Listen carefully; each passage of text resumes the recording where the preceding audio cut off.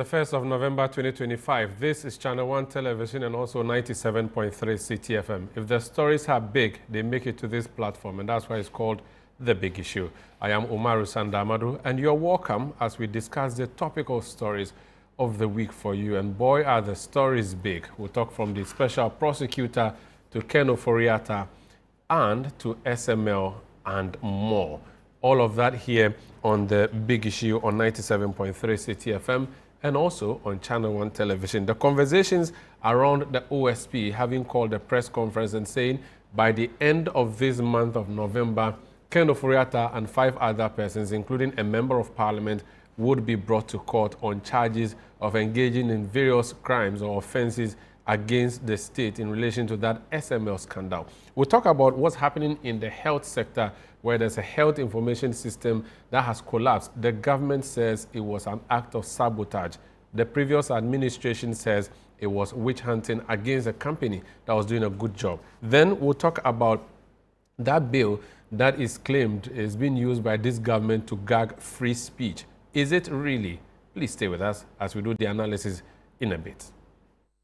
You're welcome back. This is a big issue on ChannelOne Television and on 97.3 CTFM.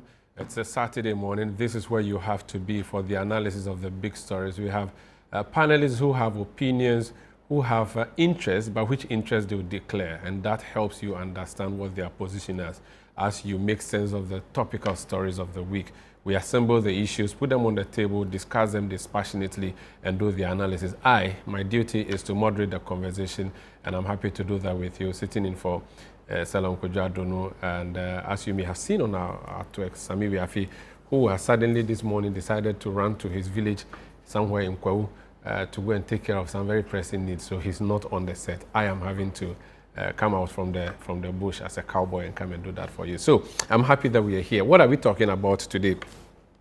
A criminal law lecturer became special prosecutor, Ghana's second special prosecutor in the Fourth Republic. He has been at it with Ken Oforiatta.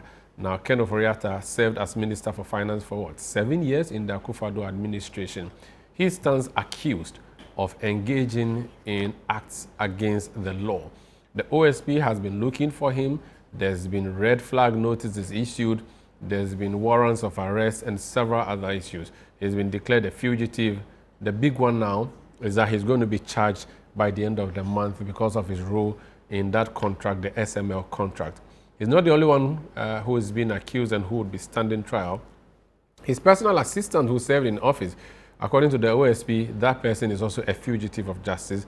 He can also not be traced, and he is going to be charged alongside Ken Oforiatta. There will be about 3 or 4 former heads of the Ghana Revenue Authority, the Custom Division, and all of that. Then there's a member of parliament who was once also head of the Customs Division of the Ghana Revenue Authority. So these 6 persons, according to the OSP, would be put before trial for a number of issues. Let me give you a summary, as we've been putting together here in the ChannelOne newsroom, for you to understand a summary of what Kisi Jabin, the OSP, or the SP rather, the Special Prosecutor, has been saying at a press conference this week. The charges follow months of investigations by the Office of the Special Prosecutor into the SML GRA contracts, which are meant to enhance revenue assurance in the petroleum and mining sectors.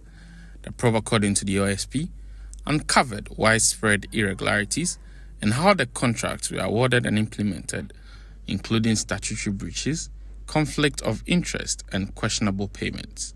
The Special Prosecutor, Kisi Jabin, revealed that his office has gathered enough evidence to prosecute the individuals involved. He maintained that the SML contracts were unnecessary and that the company lacked both the technical and logistical capacity to deliver the services it was engaged to perform. The OSP investigation shows that the total fees paid to SML under the transaction audit and external price verification contracts amount to 506,728,334 cedis, 21 pesos, between July 2018 and December 2024. These payments were effected automatically, contrary to the terms of the various contracts, without reference to actual work done, and without the submission by SML of reports to the PCA and CTSB units for verification, And without the submission of invoices by SML, notwithstanding the reality, the SML performed very minimally or at all by way of these contract services. Meanwhile, the special prosecutor has dismissed reports of a rift between his office and the Attorney General's department over the handling of the extradition process involving former Finance Minister Ken Ofori-Atta. Mr. Jabin clarified that the two institutions are collaborating closely on the case and that extradition proceedings will go ahead regardless of the former minister's citizenship status. So that's a report that has been put together by Hansen Ajiman of the ChannelOne newsroom on the Office of Special Prosecutor, the allegations that have been made, the findings. In fact, lawyers for Ken Ofori-Atta are not very happy with some of the things that the Special Prosecutor said. Suffice it to say, though, that the Special Prosecutor says is going to court. And this is similar, isn't it, to what the Attorney General Dr. Dominic Ayine has also been doing, where he calls a press conference to announce what he has found before going to court. And interestingly, one of them taught the other. Dr. Dominic Ayine taught K.C. Yeboah as a law student, and they've practiced together. They are friends. So you can say they were cut from the same piece of cloth. And so the modus operandi is very similar, is it not? We'll be talking to my panelists to find out if truly and really that modus operandi is an affront to the free speech and also the freedoms of the people who are accused. Following that, the President, John Dramani Mahama, issued a directive to the Minister of Finance to terminate that contract with SML. We'll be talking to the people who have been involved in this investigation and what they make of the findings and the decisions. Another story that has made the headlines this week, a very big story, has to do with an allegation or accusation being made by former Minister for Information, former Minister for Works and Housing, Member of Parliament for Ofuasi Ayerbe, the Honorable Kojo Ponkroma. He has alleged that the government is intending to gag free speech, and this is contained in a draft bill, which, mind you, is yet to be presented before Parliament. He says that he has seen that document. In the document, a lot of allegations or a lot of positions have been espoused in there. The clauses don't look good at all for the Ghanaian populace. He said that they are coming for you and I, and that by the time they are done, we will not be able to speak. That is what the Member of Parliament and former Minister of State is saying. So we'll be talking about that Cyber Security Amendment Bill, which is yet to be brought before Parliament. Then another thing we're looking at here on the big issue is the issue of our health system. If you've been going to any of our public hospitals, you would have noticed this in the past few weeks. In fact, I spoke to someone who said they went to the hospital and they were told to go and bring an exercise book to come and write their details. Because why? Our system that we know, which systems help the hospitals talk to each other, that system has collapsed. The Minister for Health called a press conference and said it was an act of sabotage on the part of the people who operated that particular system. Now, former Minister of Health, Dr. Okoboy, has come and defended that company, saying that that company did an excellent job and that company ought to continue.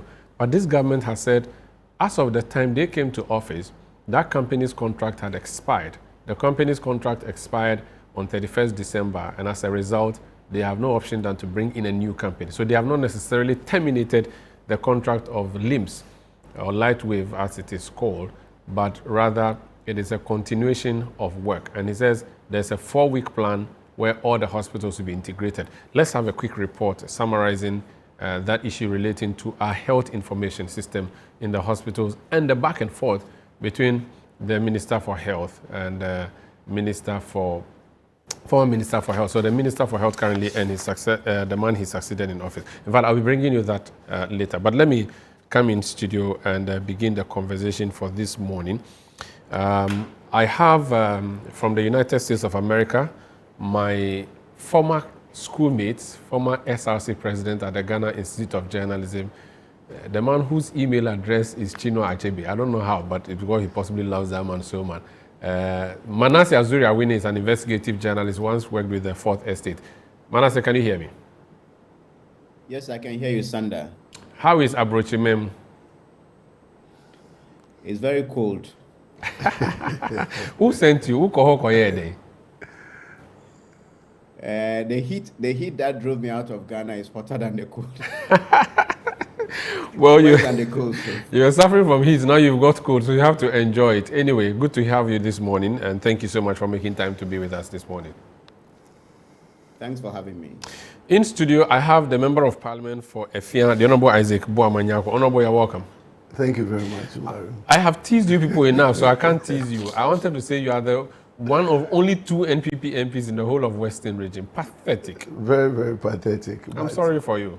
You see, it's you must be very lonely. So wait, you know, following the election when the NDC people were trolling MPP, I remember they said the MPP caucus in Greater Accra, they can go to Parliament with one motorbike.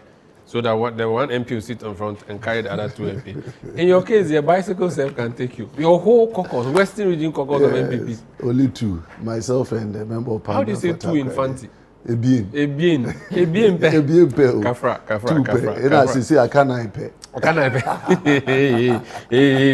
I don't want that problem this morning. I don't want that problem. Let me start off with SML.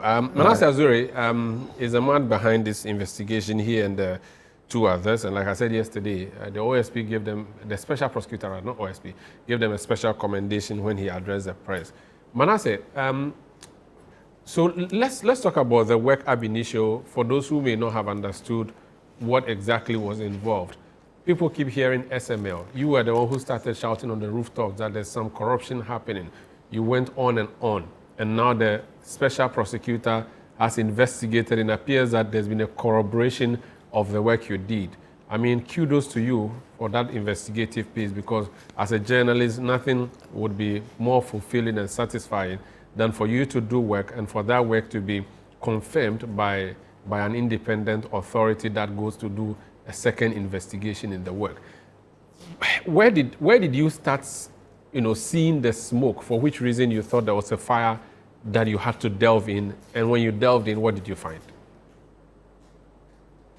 Well, thank you very much. My in-law, Honorable Boama, would tell you I have been interested in the affairs of, let's say, revenue, and done some work many years ago with, not with, but on transactions that affected revenue in the GRA. And then at the end of the day, and well, let me say my in-law, because my wife is from the Western region. So it's good you clarified. Have a way of doing things. By tomorrow, you find out somewhere that, yeah. I was actually preparing a blog about that. I was going to say Manasseh marries MP's daughter, but it's okay, you continue. Oh, my wife even asking me, who else do you have apart from me? So your problems are big. Yes. Yes, but I started having an interest in this matter when there were reports that some oil marketing companies, and by oil marketing companies, I mean those who sell to us at the fuel pumps, they lift the petroleum products from the depots, and every liter that you lift, there are tax components on the tax and revenue components. Some go to the GRA, others go to the MPA. So you are supposed to sell, take your margins, pay the owner of the petroleum product, and then give the tax component to the government. But many of these shady OMCs often absconded after selling and then making their profit. So systems started getting in place.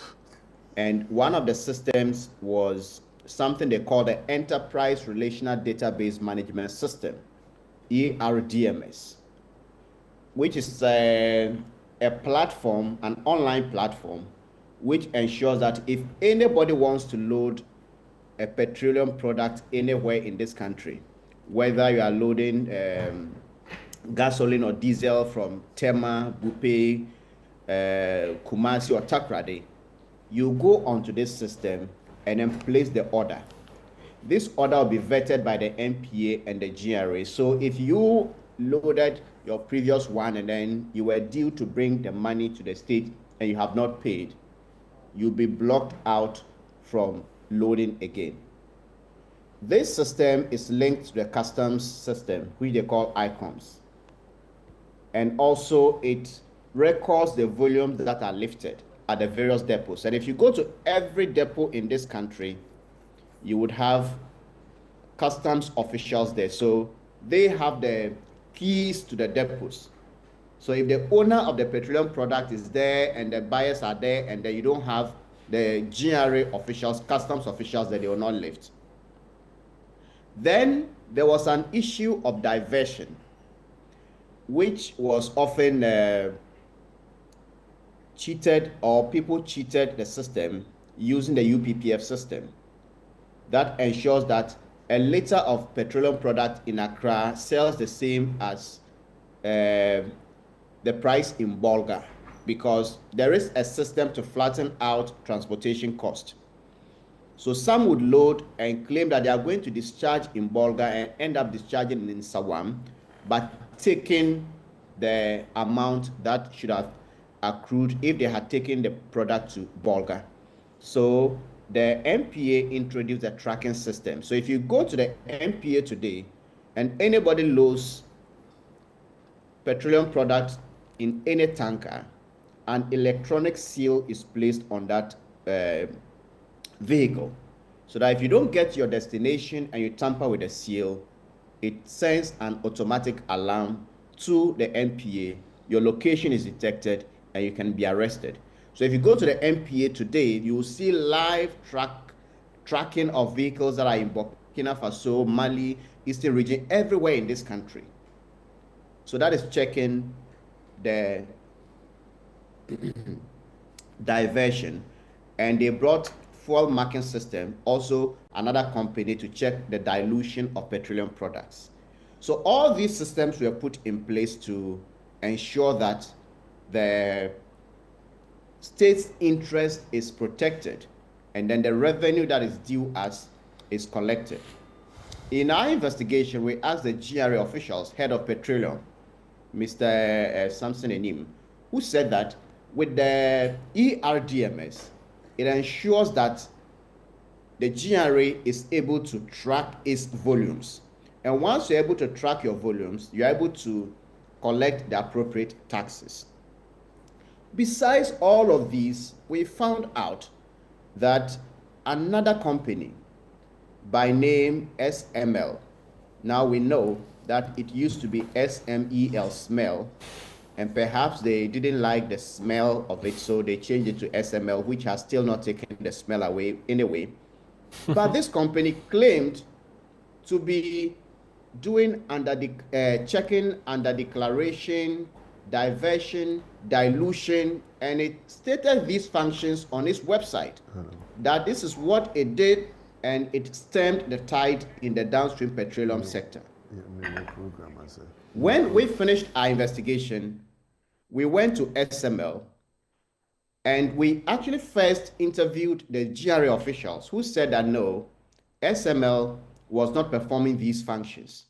So the day my team went to interview SML, there were at least 6 or so officials from the customs division of the GRA. We went together, including the head of the department. And they even started a conversation that Manasseh and his people say, you are doing ABC. And SML said, no, we never stated that. So I went to their website and read it to them. And they admitted, well, it may have been a mistake, somebody put it there. So by the close of the day, the company took this out of their website. So that tells you that the downstream petroleum sector that the company claimed to be providing those services, it wasn't doing any of them. Then there were 2 other contracts at the ports that SML had: external price verification and transaction audits.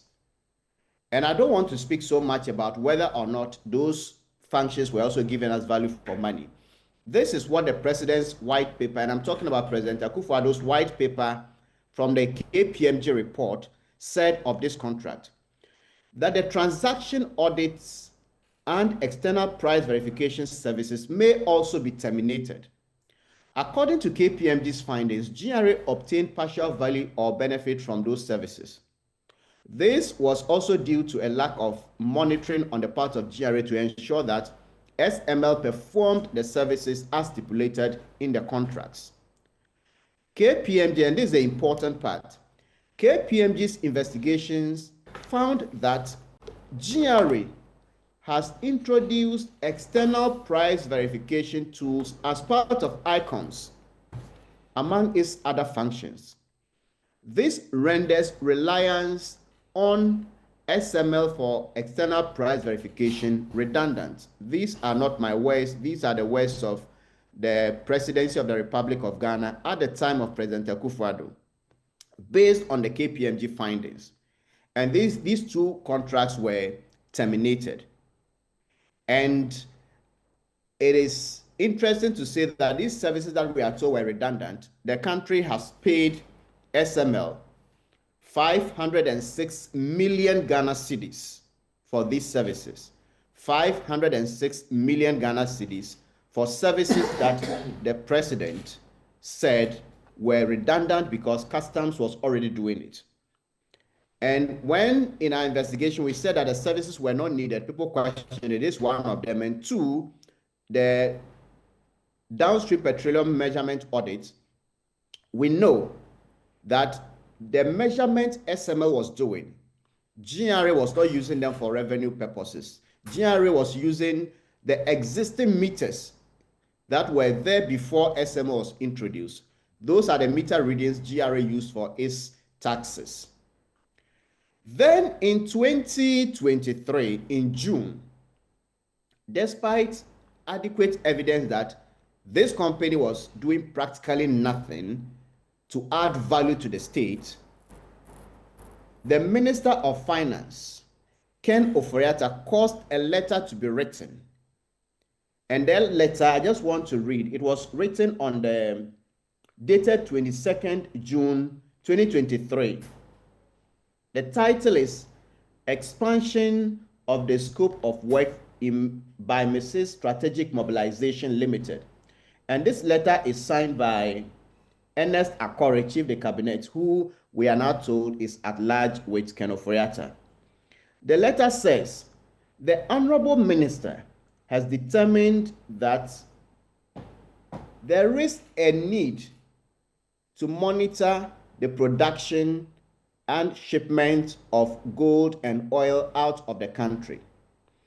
To this end, he would like to expand the scope of the revenue assurance work being performed by SML to include petroleum oil drilling by the oil production companies and the gold mining companies. This contract was eventually signed in October 2023. And it is instructive to know the keywords. It is the minister who determined, because the Minerals Commission and the Petroleum Commission, when we wrote to them, they said they knew nothing about them, these deals, because they were or are still regulators of these sectors. Then it is the minister who decided, Ken Ofori-Atta, that the scope should be expanded. The expansion had a clause that dealt with the payment, that every barrel of oil Ghana produced, SML should be entitled to $0.75. And when we did a calculation per the production quantities, this was translating to about $120,000 every single day with drilled oil. Then in the mining sector, we were told that contract said 0.75% of total production of gold. If you look at the billions of dollars that gold is giving us this year because of the gold prices and increment of the production and everything, SML would just have been making millions of dollars for works that we do not know, because the revenue has increased in the sector without SML's contract being implemented, and the company would have taken credit. So when we did our calculation, This company was to be entitled to over $100 million every single year. And if you take the first 5 years of the contract, we are talking of over $500 million. And now that gold prices are skyrocketing, our estimates then, I think, were even too conservative. So this is what the contract is about. Services that the company was performing, which were redundant because existing systems were already in place. And then Ken Oforiatta again wanted us to increase it. And when we asked SML whether in their revenue assurance operations, there had been a single situation when they caught a company, an oil marketing company, doing something that was illegal, they said no, not once did they ever flag a company. So the assumption and the issue that, well, we came to stop the leakages, it is false. GRA officials, customs officials are working very hard at every single depot. If they do not open the valve, you cannot load. There are already meters there calibrated by the Ghana Standards Authority. And these meters are more accurate than the meters of SML. So the question is, why pay over 1.4 billion cedis to a company whose services lack value for money? A company which the PPA denied single source approval on 3 separate occasions because it said SML did not have any experience or capacity to deliver. And we wrote to the Institute of Chartered Accountants Ghana. Their act says that to provide services of auditing and accountancy, you should be licensed by the institute. If you fail to obtain a license, you could be fined, jailed, or both. And we asked, does SML have the license to do these works? The letter they responded to us said no. So many violations of the law, many breaches of common sense, and it appeared people who were behind this deal did not act in the interest of the state. And finally, it is interesting to add that a former head of legal at the GRA now works for SML. The former technical advisor to the Commissioner General of the GRA, Christian Tetesoti, now works for SML. The former Commissioner of Customs, Isaac Krensel of the GRA, now works for SML. So even if the service was needed, the question we should be asking is, if you had the capacity to manage these revenue assurance services and you were at GRA, why did you outsource it to another company? And then when you left GRA, you went to that company to provide those same services to the GRA. So, Sandra, these are some of the sticking points of this that has been thankfully cancelled by President John Dramani Mahama, and I highly recommend him for commend him for such an action.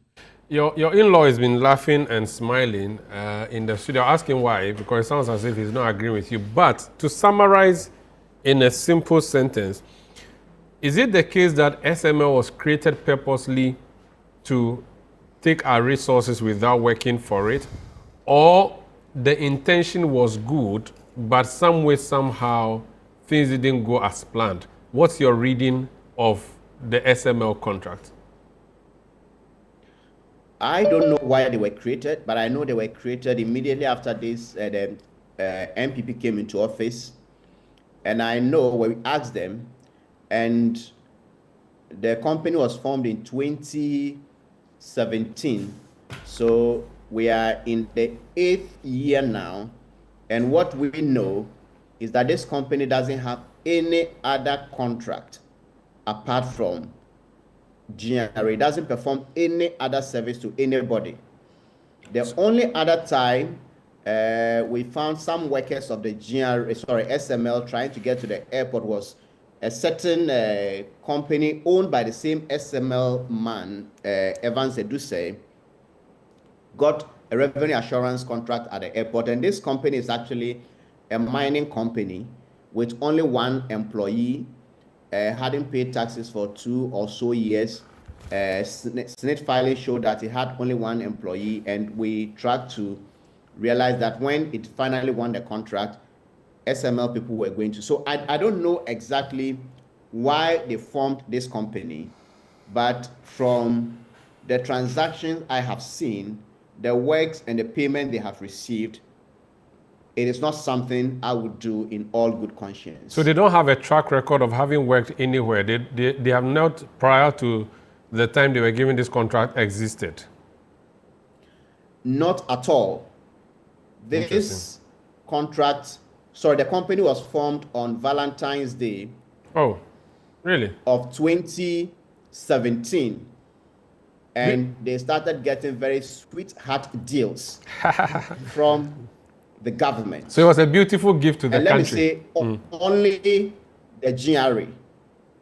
The PPA on 3 separate occasions rejected single source approval for this company. And the reason was that they have no track record anywhere. Okay. And the Ken Oforiatta we know, who has built successful businesses, would not use his own resources or the resources of his companies to engage in these services. Very well. I don't believe so. Okay. Manasseh, please stay with me. I'm going to engage my other guests and then I'll come. So Manasseh Azure, when he's speaking to us on Zoom, he's in the US now where he's studying, but he did his work as an investigative journalist with the Fourth Estate. Before I come to my guest to start here, let me introduce my other guests online. Alhaji Yunus Afuseni was a member of parliament for Tamale Central until one day he decided, he wasn't voted out. He now decided not to go. He's a lawyer. Counsel, good morning. Good morning, Omar, and you are a people, student lawyer. Yes, hoping to become like you. Yeah, Omar. Hope you are well, How sir. are you? I'm well. I'm fine. Yes. Your neighbor's daughter became the valedictorian or the Mensa Saba of the graduating class, and I mean he's your namesake too. The Mensa Saba. Yes. The ultimate. Thank you. Your namesake. She broke the glass ceiling. That's my cousin. Oh, yeah. So you and ABF Husseini are related? Yes. Oh, interesting. I'll teach you proverbs. Let me go to the other network, the other Zoom platform, and speak to someone I have not met and spoken to in a long time. Franklin Kujo, you're welcome to The Big Issue. As always, a pleasure to hear from you. Good morning to my good friends on the call. Good morning.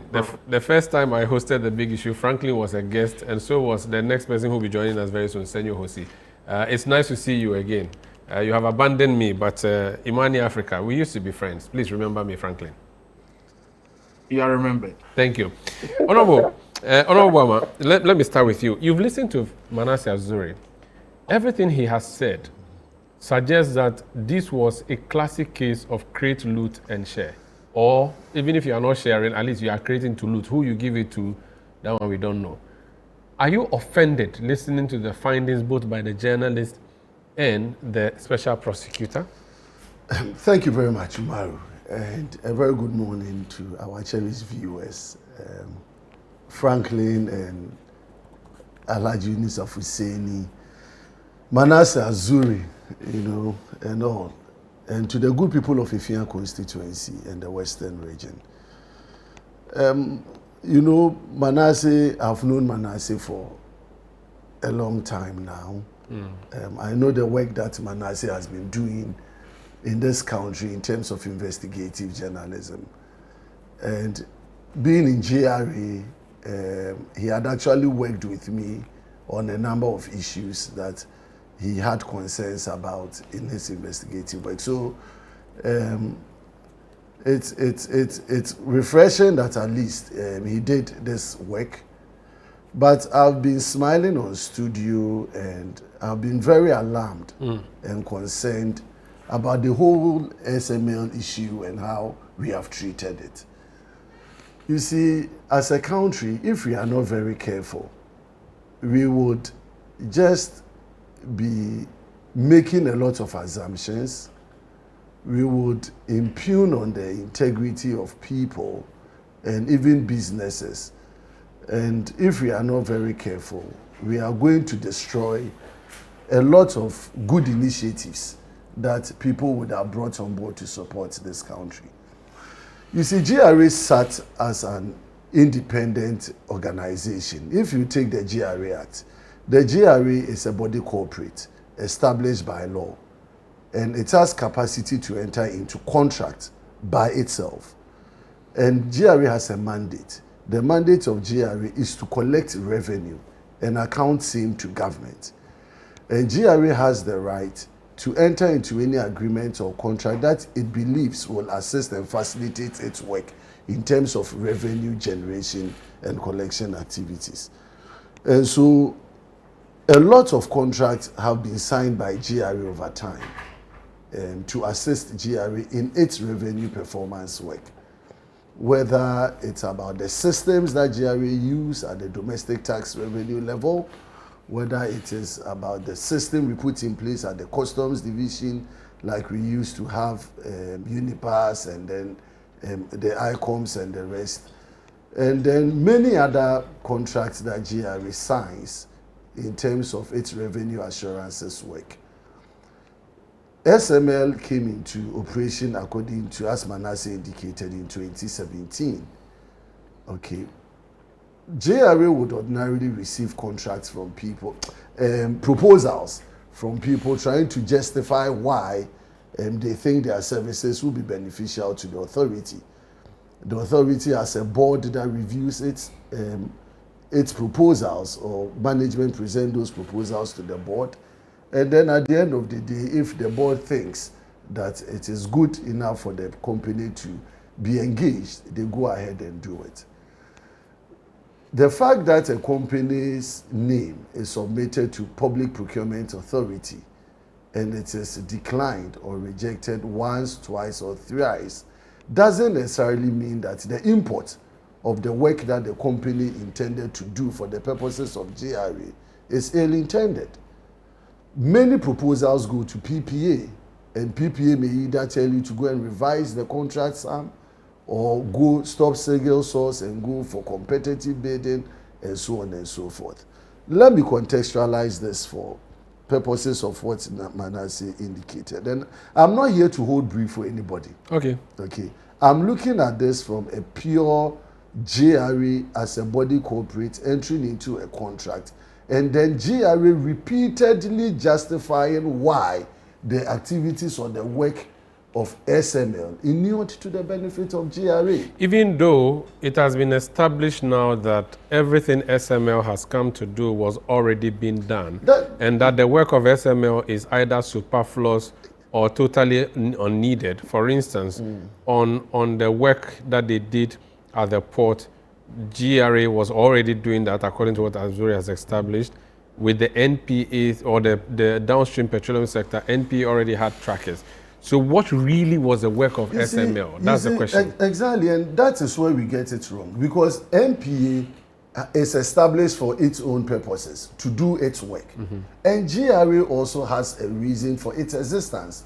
Now, if NPA has a system that provides it with data or information about petroleum products and how it is moved, that is completely different from GRA looking at petroleum products from a tax revenue assurance perspective. And so it depends on how GRA, if GRA is in the known that NPA has this system and that system is good enough for GRA's revenue assurances and it can be tweaked for its purposes, you can always have interagency collaboration. But if GRA on its own believes that this is how I want to contract an entity or a company to do for me, and the company does that, and GRA is satisfied with it, it shouldn't be a problem. But you see, the next thing you have to consider is that, so GRA, even though it's a non-human being, it is considered a human being in the legal sense, right? However, there are human beings who run the GRA. That is correct. And these human beings have been found by the OSP and the investigative journalists who have acted against the interests of the state. That is why they have been added to the list of people to be prosecuted. So the view is that these people you call GRA were actually real human beings who had an intention to offend the law, and that's why they are being prosecuted. So the GRA as a body corporate may be said to have signed this, but when indeed and in fact it is some people which people are going to be prosecuted. And that is where I want us to tread very cautiously, because the GRA could go into agreement and contract. The GRA, welcome my brother Senyo, the GRA may take a decision to enter into the contract. As I said, individuals may have taken decisions, and the issues the OSP may be raising could be procedural breaches, it could be administrative breaches, but at the end of the day, the question I always want to find out is that did the work that SML do for GRA over the period of time satisfactory to the agency or the company that contracted it? And I'm saying that GRA consistently have defended the work that they came to do. Okay. So if somebody sits somewhere and you are dissatisfied, you are entitled to it. Okay. And then if people, I wouldn't leave GRA from where I was and you work at GRA. Are you honestly saying that? So you have not introduced you to the show. Your microphone is no, your show is your mic is off. If you ask, sorry, Honorable Bama, talk to me. Ignore him. Oh, no. Ignore him. Pretend he's not in the studio. Right. So for me, what gets me worried is the fact that if people have issues with the processes and procedures to which the company was contracted, and you could see from OSP's narration, and Manasseh indicated, SML 3 times went to public procurement, it was rejected. Finally, they got them on contract before it went to PPA for ratification. By the time it went back to PPA for ratification, the question is, what did GRA present to PPA in terms of the work that SML was doing? Very well. That PPA got satisfied with it and got it ratified. So fast forward to the prosecution or intention to prosecute. It is within the remit of the OSP to do that. And I have said time and again that OSP has been out there every time making one press conference or the other. Why don't you go with your charges in court? No, it's time and tide. Oh, please. For almost 1 year now. The wheels of justice, they grind slowly. This is not justice. You would come to the public domain, you make all these press releases and press statements. He learned from his teacher. So I'll come back to you. And I also come to Azure. Azure, since you're following us from there, I would come and ask you specifically at any point GRA as a body corporate has come to say to us that the work of SML was not satisfactory, whether the GRA of old or the GRA of new. I'll be happy if you can tell us. Because it appears he says there was a contract between GRA and SML. GRA is satisfied. So if GRA is satisfied, why are we crying? Even the GRA of new, when this new administration of NDC came, and this story had been running right when they haven't come out to say the GRA continued to engage SML in the area of the downstream petroleum. Until yesterday, when the president directed that. Even initially, there was a direction for GRA to terminate the contract. But then based on information and the work that their analysis showed, they felt that, of course, even if they have to terminate, they need to engage it for a while, put in place systems that can feed them similar or better. So for you, if it was broken, why did we keep it running? Let me introduce hey, Master, I have a browser in my studio. Senyo Hosi, he attended Tema Secondary School, my school, so I cannot attack him. He's my senior anchorite. He's also you are repositioning yourself. Yeah, because I don't want trouble. He's also coordinator of the organization I belong to, One Ghana Movement. We've been organizing things. But he's CEO of Cleve and Tove, or Cleve and Tove, which is written on the shirt. Fonya, you're welcome. Charlie, how are you? Good morning. Everything under control? Everything under control. But this morning, as I usually do these days when I come here, I want to commend His Excellency the President for the work they are doing on Ghana. Say, but His Excellency the President, Maraku Kingpins are worthy He doesn't understand it. Where are the kingpins? They've withdrawn, they've laid... Where are the kingpins, Your Excellency? Give him a list. Very well. No, he should give us the list. No, you know the kingpins. I don't know the kingpins. He came and he said that the small boys should not be caught. We should release the small boys, but the kingpins should go after. And I agree with him. So if after 10 months, we are not reminding him, in fact, yes, it's after 10 months, we are not reminding him of the kingpins, then we have a problem. We need the kingpins. Without dealing with the kingpins, Ghana is not going anywhere. So, Your Excellency, I beg you, kingpins are, what were they? But what if the kingpin is at Jubilee House? That is the problem. I'm not saying there's one at Jubilee House. Let me go on the Previously, there was some there. Eh. Currently, there are some also going there. But so they've not reached there yet. Oh, they are around it. Yeah, you know that. Very soon they'll take a seat. You know the military checkpoint when you are going to Jubilee, they've reached there. It is getting lax by the day. Let me go. Let me come to. Let me go on Zoom. Honorable Alhaji Nusa Hussaini. Let's look at this from a legal point of view, and that's what the Honorable Member of Parliament in studio has led our mind to.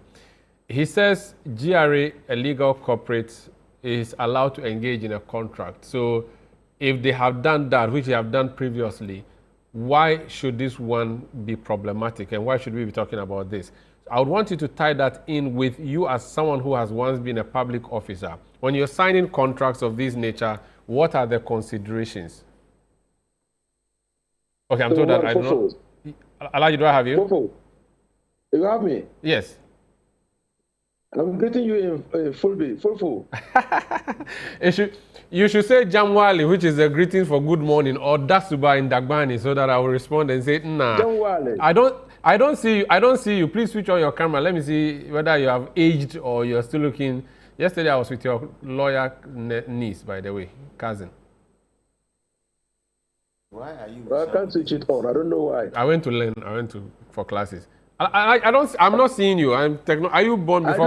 I don't know why my Zoom is off. Maybe you are born before computer. So you try and be clicking on the camera icon on your screen. So I've done it. And now you speak to me. You are on. You are on now. Yeah, you are on now. Go ahead. Now, so you see, my brother Umar, it is not for nothing that we are a country of laws. That even though we establish legal personalities, we've also established institutions that will control the exercise of their power or their discretion. Now, because discretion uncontrolled and check leads to corruption and leads to rent seeking. So when you enter into a contract of this nature, the first is that the contract must meet a certain threshold. And that threshold is how do you go about executing the contract? That is why the PPA is established. That our public resources must be spent in a way that meets the expectation of the people. You can't take the contracts to the marketplace to ask the people whether it meets their expectation. There are guardrails. That guardrail, one such guardrail is the PPP. So when the PPP falls your contract, PPA, says that PPA, Public Procurement Authority. Yes, the PPA. Yeah. PPA. When there's a body that guards and ensures that contracts are for value and that public resources are spent in a way that will bring benefit to the people of this country. So that particular important legal safeguard, which is in the form of an institution, ought to be satisfied. Two, a contract of this nature also requires that you send it to Parliament for parliamentary approval. Mind you, these are public resources. Paying SML is the utilization of public resources to engender. I thought the holding in the isophotone and all those cases, for a case to be an agreement to be taken to Parliament for ratification, it must be a company that is international in nature. Is SML considered an international company where the agreement would then become international, for which reason we should have gone to Parliament for ratification? Well, so you don't forget the initial audit report that was done by KPMG. Mm-hmm. KPMG. KPMG. You remember their recommendation? You remember what the president said? Remind us. KPMG has said that they had not met the constitutional threshold of sending the matter to Parliament for scrutiny. And President Nana Addo Dankwa Akufo-Addo said that they ought to have done that. Okay. You recall? Okay. And said that they ought to rectify those things. And on the mission of the fact that there were some lapses that had not been done. Okay? So it's important. Now, when you look at the circumstances surrounding the contract, the entry into the contract with the SML, you will have no doubt that there was some level of lack of transparency, some opacity, opaqueness in the way the contract was entered into. And as a student lawyer, you will know that when parties are entering into a contract, and it's not a contract which is above the table, but under the table, you have reasons to suspect that the mode that they have chosen for the purposes of entering into a contract smells, and it smells because they don't want the public to know. So that's the first thing you'll be alerted to that. That why didn't they want to do the obvious, the necessary? Why didn't they want to shine light on the contract? Why did they choose the method they chose? Why did the PPA say that these particular contracts should have been exposed to competitive tendering so that you can take the best? Why did they reject sole sourcing? But if PPA eventually gave them the green light, does that not negate all the red lights that were previously given? Why did they have to give them eventually? Again, as a student of law, you have to ask a question. Why did they eventually have to give them the green light after 3 refusals? Because they put their house in order, perhaps? No. Is it because they were compelled to do that? Was there some underhand dealing, or was there a force that was brought to bear on them to do the bidding of somebody? Am I entitled to think that way? So you see, this is why the contract raises more questions than answers. Okay. The first question is, when the president directed, consequent upon Manasseh Azure's expose and the auditing of the contract by KPMG, and some infractions were found, why didn't the president then drop the hammer? Why didn't he? Was it because of the persons involved? So you see, there are questions. There really are questions. I will come back. I have a question for you. We have also seen that clearly the OSP started the investigations long before the MPP left office, and probably picked it from where Manasseh Azure left, and was convinced that some wrongdoing had been done. And 2 days ago, addressed a press conference, and we saw that the conviction that wrongdoing had been done, at least by the press conference that was held by the OSP, has clearly been established. Now, I join Senator Njebro, my brother, to congratulate the president on taking action on this matter. Now, Honorable Boatin says, yes, it's a legal personality. I agree. But what value have SMG brought SML. To the GRA, SML brought to the GRA, and by extension, the people of this country? If they had not, after the reset on December 7, which was gazetted on January 7, SML would have been sent packing the following day or the following hour. We saw Donald Trump negate and cancel contracts immediately after he was sworn in. Why did we wait for 10 months? His point, the MP's point is that if it was not good, would have thrown it out long ago after the reset. That there must be a legal basis. You see, when you are going, and Donald Trump has done that, and is come under immense criticism from the people of America. So there must be a legal basis, rational legal basis, okay, or if you want, a necessary logical step okay, to be taken by the executive. Honorable, Consequent upon. I intend to come back to you because you've been a minister before. Ken Ofori-Atta is going to be one of the people to be prosecuted. I'll ask you the question of how, when the buck stops with a person, what due diligence they have to do, and at what point you can absolve them of wrongdoing, and whether or not Ken Ofori-Atta can be absolved of any wrongdoing. Please stay with me. Honorable, I'll come to you. Let me bring in Franklin. Franklin, you have been in the anti-corruption space. You were part of all those organizations that took on President Mahama in his first term, and you also took on Akufo-Addo in his administration. You are still heading Imani Africa.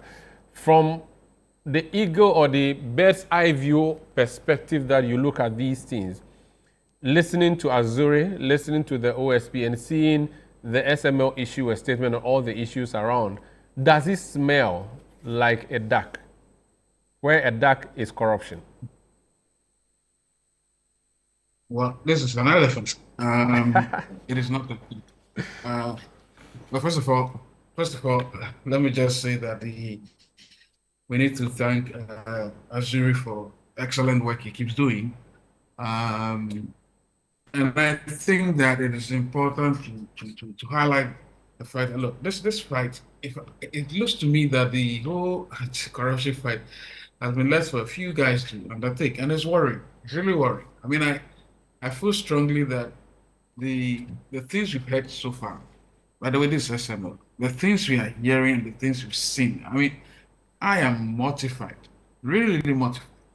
I don't know if you noticed that we started this, whatever, good for oil thing, and then the number of, I mean, the ministers that we know, about 70 of them, I think that we have files on. These are files from the Western world, by the way. I mean, these guys, when they still do stuff, they can hide them forever. It doesn't work that way. So, look, I'm not astonished. I'm just worried that I think we've left the fight for a few people, and until we really get a lot more people talking about these issues and maybe getting angry, we are in a very sorry state. In a very, very sorry state, and I worry greatly. So. Look, back to the issue. I think the SML thing is it's cancerous. You know, beyond it being a duck and an elephant, it's just cancerous. I just can't imagine that every level of proprietary it fails. Financial, policy. You know, and what even hurts me. What hurts me is that there seems to be no proper guiding policy as to how these things should actually be done. I mean, the question is, what was the level of need? Could it have been done by some software costing less? You know, could it have been done even by changing a few, should I call it the terms of reference? What's the word I want to use? Some SOP within GRA. Could it have been done with that? It looks as if when people dream up all kinds of projects and then they just bring them along, they try to manufacture a need. I don't get it. I've never understood this type of thing. They say, okay, wait, this one is electronic. You can check the thing. You remember Kennedy? But so the point is that they need, okay, so this is their work, GRA, generate revenue. If you can bring in a third party to help you, do it. NPA needs them, bring them on board. We're looking for revenue. And now at the time there was a lot of struggles. If SML can help us do it, bring them on. You know, and the question I'm asking myself is GRA so weak and so illiquid that they can't purchase some very little software to do this type of work? I don't even understand. Look, I remember I used to work with a company, advise a company. They tried working with NPA to check all this fraud and all of that. It didn't cost much. It was a very simple thing. But eventually, because their system was too legit and too good, they chucked them out of the system. So because they couldn't pay bribes and all of that. I mean, it didn't even cost that. It didn't even cost $1 million or something that I know. This was years back, by the way.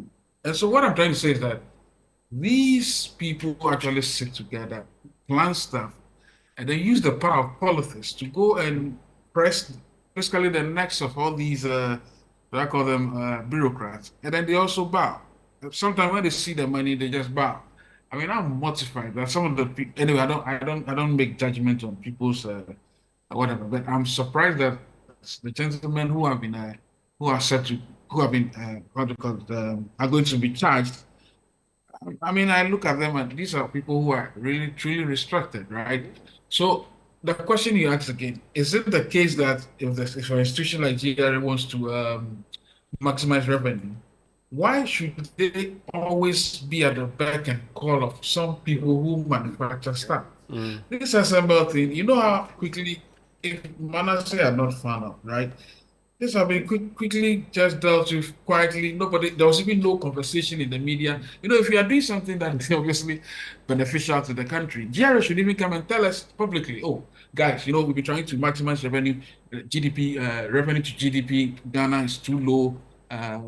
Averagely across on the continent, it's supposed to be about 18%. We are doing 13%, 12%. We want to move it to about 15%. We think this machine or this system would move us from the current 12% to maybe 12.5% or 13%. Okay. You know, when you walk people through and then you give them and then you make the estimations, we'll then come and be asking questions.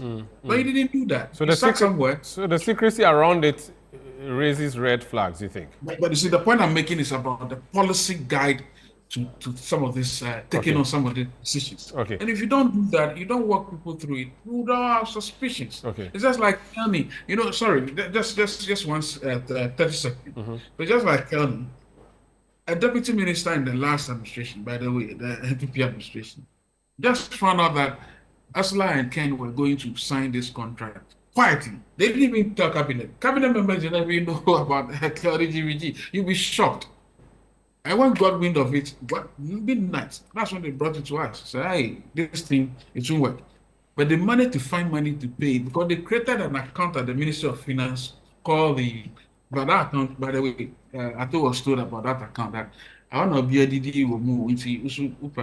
And he said, hell no, I'm not going to eat from any money. I'm telling you, I'm seriously telling you. That's where they were paying Kelly GVG from. That's account. So that's a connection. That's a connection account. A connection account. So it doesn't go through the consolidated account, so you never see. That's why I thought I was able to plug the tax loophole with 2% of that tax. They call it tax refund amount, right? Tax, what's the name? Yeah, tax refund amount. Exactly. It's there, sitting there. How much?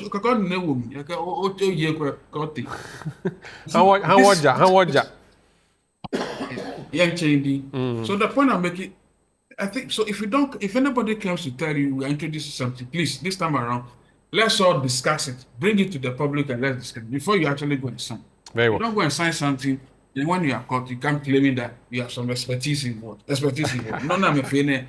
Go be Hey, don't attack the whole ethnic group. I'm a whole petrol from centuries now. They pump it for you before technology came. Let me bring you. There's a petrol seller in the studio. He used to sell petrol. Okay, so Senyo.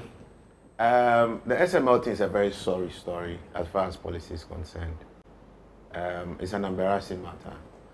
It was the policy case for SML, interesting, was built on my work. Yeah.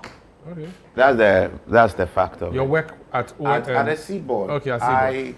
I was responsible for I was publishing. I mean, the Seaboard was publishing the petroleum industry reports, and I was the chief editor, and I led the analysis for evaluating the tax leakages because there's a lot of illegality happening within the petroleum sector. One had to do with quality breaches, the other had to do with revenue breaches. We distorted market pricing and all that. So we had a need to look into it. And consistently we were reporting on an annual basis a huge negative delta. The first report I think came in 2017 against 2016's performance. And we had to make presentations to EMT a number of times. It was very easy to solve, in our opinion. I think that DMB, Dr. Baumia, and I commend him very much for it. And it's quite one of my disappointments with Ken Ofori-Atta. I think that if your government at the time had worked well with the vice president and you had given him a proper place, a lot of these things wouldn't have happened. If DMB would be honest, he told me straight in my face that he was embarrassed by this arrangement. And we discussed it. He did not like what was happening. Of course. Bamia did not. He didn't sign up to this. This is a pure Ken Ofori-Atta matter. Ken Akori and the SML guy, Evans, what's his name? Eduse. Frankly, interesting enough, his name never shows up. You people should stop chasing, what's that man's name? The former Soti. You should stop. Soti is a worker. He doesn't own SML. He's a worker. He's a staff. He's an old man worker. What about... The real face you should go and look for is Evans Eduse. Who is he? He is the owner. So this was a private person. And so I'm just, but when the people keep talking about SML, but a director has to be held responsible. I'm telling you that Soti says he's a worker. He's a worker in the front. So it's not any. You abuse Soti unfairly. This scheme. Let me finish my matter. People don't understand what has happened, and I apologize to my brother Manasseh. He wanted a lot of information from me when he was doing his work. I was constrained cooperating with him because at the time we had set up, I was leaving the chamber, I think, and we were setting up to give GRA a service to solve that problem. You know, so if I went ahead to speak about it, it would have been a bit of some sour grapes or something, which, and you know, when we were doing our solutions, we didn't have anything to do. We didn't even think of SML at all. Another interesting fact. I was part of the team that edited Ken Ofori-Atta's speech going to launch SML. Really? Yes. You are complicit. I'm not complicit. I will explain. I mean, I have to put out the facts there so you contextualize my place in this conversation. You are declaring your interest. This is what happens. I published this report and I said Ghana is losing so much money. And it's not too difficult to find. As a petroleum sector, we have a data repository that sits at the NPA. All right? This data repository can be used as a basis for validating actual transactions because the NPA pays monies against this thing to other service providers. So if NPA is able to pay against 10, you should be able to know what GRA2 should get. Because NPA cannot be paying people a bill against 10 and GRA is collecting revenue against 6 or 7. So it is a very simple thing to calculate. Everybody here, if I teach you, you will know how to do it. Then there's another part that gets a little technical, where the volumes that come into the country are not fully accounted for. Yeah. So that one also becomes a leakage outside what we call official, losses on accounted sales, and then we also have losses on unaccounted sales. I was responsible for that report. Ken Ofori-Atta, when we had it done, set up, DMB directed together with Ken then, the first time I published this report. I was brought to EMT. I made my presentations.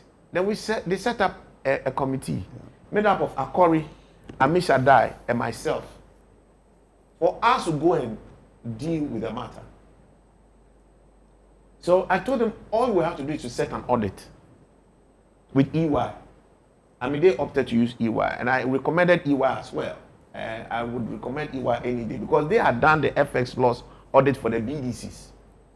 And Shetekpe will tell you, when we came first to do the BDCs were claiming the FX losses, I was the one heading the chamber.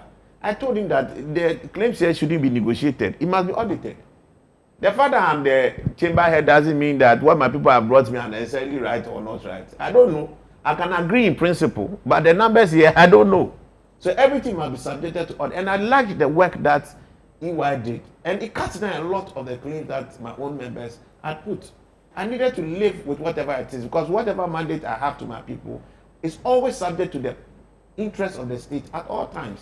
And that's something we must all remember. So I work for the chamber, but subject to what is in the superior interest of the state. The government wanted to negotiate with me. I said, no, audit. So in the same case, in this instance, I advise that the first thing to do is to audit. If I am sitting at the chamber using secondary data, published by the GRA, published by the Ministry of Finance, published by the MPA, and I can establish easily that you are losing so much money, why can't you yourself even do that yourself on a daily basis? And I'm doing it retrospectively and doing it on an annual basis. It takes me a long time for me to collect data. Okay. So no, I beg you need to understand the SML problem. I'm getting you, but no, you see, you, I want us. You wait. But I want no, Senator, I have to. You guide me. Let me learn so you understand the gap. Yeah, you are taking time to learn. So I want to. Okay. You learned. See, that committee was set up. EY was appointed. Guess what happens? EY establishes that even though Senyo had estimated about 4 or 3 billion in the losses, the real losses were like 5 billion. Red flags. We now need to know who and who is responsible for that loss. Guess what happens? We go to GRA. We need minute data. We need some detailed information. All of a sudden, the data gets missing in GRA in the name of transitioning from GCNet to ICOMS. I'm telling you how corrupt the institution is. You understand? That whole thing stalled. We go to Ken Oforiatta, and I tell Ken that this thing is still happening. And when we're meeting at his conference room in there, this thing is still happening. And I think that you can plug it very easily. The work I do on an annual basis, the state can just commission a few officers to be doing it, and you always see who has stolen the money, and you plug the gap. It's not hard. He gave me some theory. He explained to me, this was in 2020, and I think that they did SML launch in June, right? So because of my reports, they sent me his speech for me to review, and I said, yes, we needed to trace everything. I thought they were just going to do metering. I didn't know how much money they were going to charge. I didn't even understand how much it will cost. Today I can tell you how much that metering costs. The money they pay SML in 2 months will pay for the whole infrastructure. If GRA wants to own it, there's nothing special that has happened. All right? I tell him that we should have this done. Ken's first comment is that, Senyo, you know, he doesn't speak like that. You don't know what happened. You were not there. Don't bring yourself. Okay, Senyo, since Buzia got ousted, the country has not been the same till Nanado came back. And we are going to elections. You know, sometimes we talk, much cooler. Sometimes I confuse his own with Nanado. Yeah, and Wuntumi has been calling him. This person has been calling him that this work we are doing is creating trouble. So, what do I think we should do? Because this can disrupt the elections in 2020. Then, before this, he has quoted Bible. He has quoted Bible and he was wearing white. Senyo. No, my brother, I'm coming. I brought the matter to you. Breach of secrecy. Oh, this is not secrecy. This was a meeting day. The EY was even seated there. Okay. And I told him that, Ken, he's a minister. We need the detailed data now. So at least we know who and who. We can put numbers clearly to everybody who has stolen the money. Do your elections. 7th January, Nanado is not running again. We'll go and collect the money for you. But seeing the next thing we hear, SML is being paid this 24 million. Just like that. For what? They say metering. And I didn't understand why metering. If you want to solve the problem, first of all, you did not know the problem. I was the one who knew the problem. I brought the problem to the fore. Have you sat down with me to discuss with me who understands the problem, how to solve it? You saw this thing as a gig. Soti and Eduse and go. After Eduse, he lost the ICOMS. He lost the ICOMS transaction. He lost it to Nick, to Ghana Lake. So I think there was a way they were trying to compensate him or what. I don't know. Then you give this guy this transaction. Now look at what SML is doing. SML just brought meters, ultrasonic meters. I don't want to say I swear here. Look, the total cost of that infrastructure That was even suboptimal because it was not even a mass meter. It was just volumetric. The whole cost of that infrastructure is less than $3 million. Install it, put another $1 million. It is strapping. I don't know, like you take this, you put a rope around it. That is all it is. Like they do to your bag at the That airport. is all it is. And then you have a monitoring system. As in, it's just a TV. Whatever is happening on that thing will show. So every flow that goes through it, you see. The truth of the matter that GRA did not even know what to use that data for. And I'll tell you why I got to look and understand the SML thing better after this 2020 meeting. I've edited things. I like the idea of monitoring the molecules, which I didn't have a problem with. I didn't know what the commercial arrangements were. I even thought that they were going to use it to deepen the analysis that I was already doing. But I didn't see anything. Subsequent to SML, the losses were still coming. Then I did my next paper for 2020. Well, SML has started in 2020 already, right? When Baumia saw the publication, he summoned me. I was in Turkey with my wife. I had to cut short my trip. And I come for, practically that was the first or second EMT. So I walked him through the thing, then through the thing again. Then he commissioned myself. Then I was in partnership with my question and co. And said, look, we can solve this problem for you. One, I don't know why government itself did not decide to solve it. So I had to now say, okay, then maybe I should take a business out of this and just do this work. Because it's not hard. It's not hard. Why should I, an individual, sit down with just 2 boys in my office? We can break this thing on an annual basis, and you who are paying people cannot get people to sit down and break it on a daily basis, on a weekly basis, on a fortnight basis. Okay. All right? This is what happens. Senyo. Listen. The data we went to SML to gather, when the SML heard that the DMB had directed that we be engaged, Mr. Adai should contract us to do this work for them. We're even going to deploy technology to do the analysis automatically. So we won't even need any boys to sit down and do all this thing. Then all of a sudden, Ivan Sedu and Co appear. It started with, what's his name? Ken Oforiata. He was sick by the time, so he wasn't at that EMT. DMB had directed that this thing be done so that we cure this problem immediately. Ken Oforiata sends a message to my partner that what is it that you and Senyo want to do? No. The next minute, Mr. Adai's hands are clean. Romeo has directed something, Ken Oforiata has cancelled it without even consulting the EMT. Now, Mr. Adai is there and he's stranded. Now he has to do an analysis. That is when the whole data came. You remember that your guy at IT, he was the one commissioned to analyze the situation. There was no comparative analysis being done. The data was not being used for anything. It was then that they start seeing what we wanted to do, that they said, okay, the 1 + 1 is equal to 2, and check and see whether you have 2 or not. They will also start doing it. And you don't need any system for it. They never used that system for that analysis. They never brought that data to make meaning of even the data that was existent. And you were paying the people 24 million. Fast forward, as for our contract, they didn't, because of Ken Oforiata, and Mr. Adai told me straight in my face. It won't happen. That, Charlie, you guys know the thing, this is what has to be done. Maybe we can copy something from your people and see if we can use it, because Ken doesn't want anybody do anything that SML says it wants to also do. He's a pastor, he can't lie to me. This is the matter. I know where I was sitting when he told me. You understand? Senyo, I need to move the people there themselves. I'm saying this because of what they say, talking about what Mr. Adai knows that contract was unholy.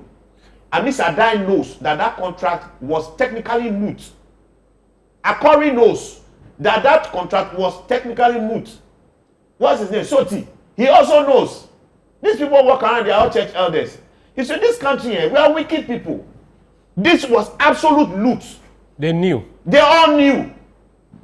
The current, what's the name, GRA boss, wasn't he the one who audited the thing? Didn't he come and sit down with me for us to look at the thing? We all knew. The only value that you got from SML eventually was just this arithmetic thing that I was saying you should do. And that started after they saw us trying to come into it, to come and just do that basic work. And you don't need any SML to do it. All you needed to do was very simple. You put in an auditing firm to validate because of integrity issues. One, you collect all the data from all the key data points. You put in an IT audit system to make sure that the data points that you are depending on are reliable.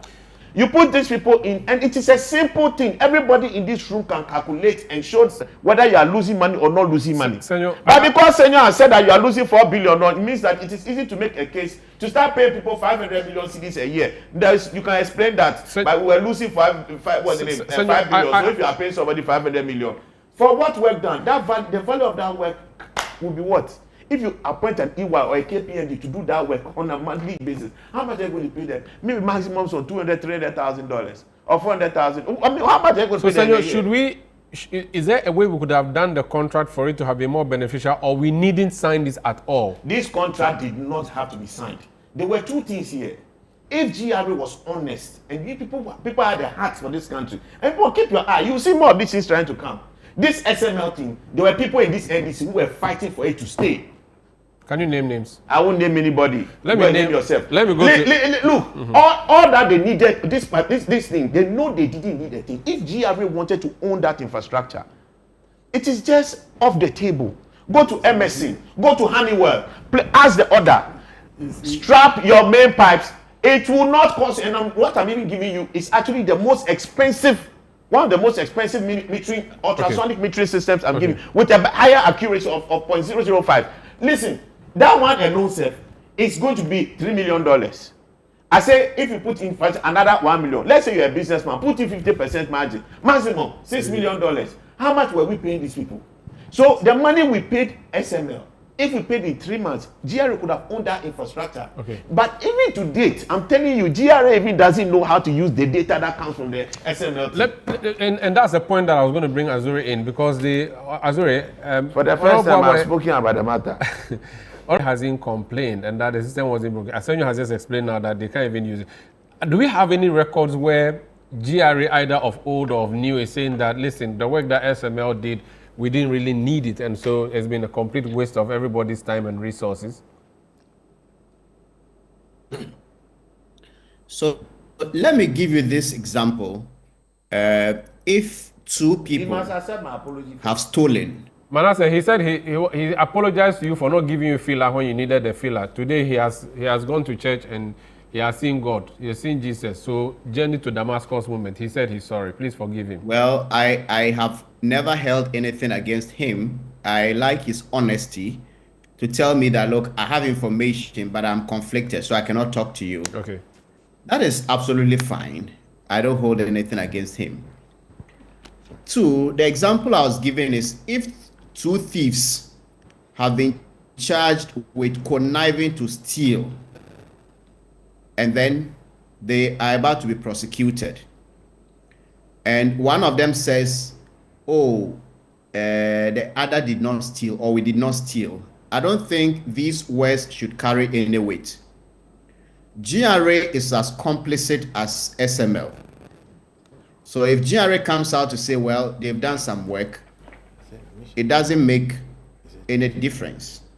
I've read what President Akufo-Addo said, and the GRA has not denied it. Mr. Buama has not denied it. That you have icons that is giving you a service, and you don't need anybody to verify. We had all of this in our story. Yet you are paying someone, you pay someone over 500 million cedis. When the KPMG report came and the president said this, you did not argue. You quietly went and then canceled the contract. GRA and some of its officials have been lying to Ghanaians that if SML is terminated, they are not going to work.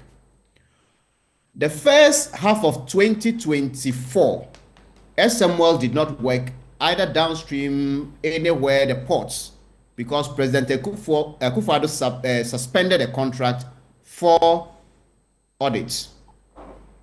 The board chairman of GRA, the Honorable Joe Gatti, said the first half of 2024, the GRA exceeded its target in a historic manner. So if you have a company that you claim you couldn't do anything if they were taken off, this is a GRA speaking.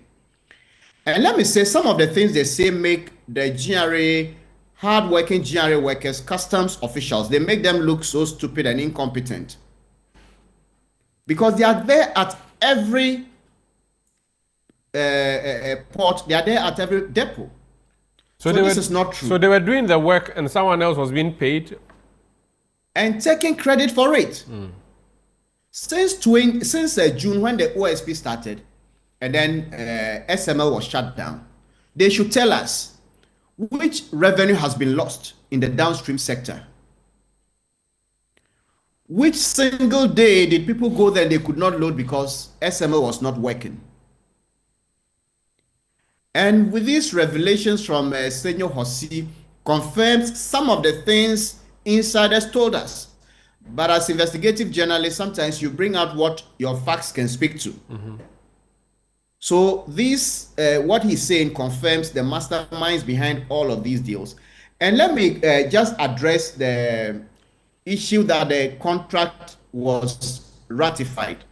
This is what the OSP said. I just want to read paragraph 147 and 148. That crucially, Reverend Ousuamwa, that's the Mishadai, the GRA Commissioner General, failed to disclose that in 2017, his predecessor had unsuccessfully thrice presented the company to PPA for prior approval, and that the company had subsequently changed its name from SML to SML.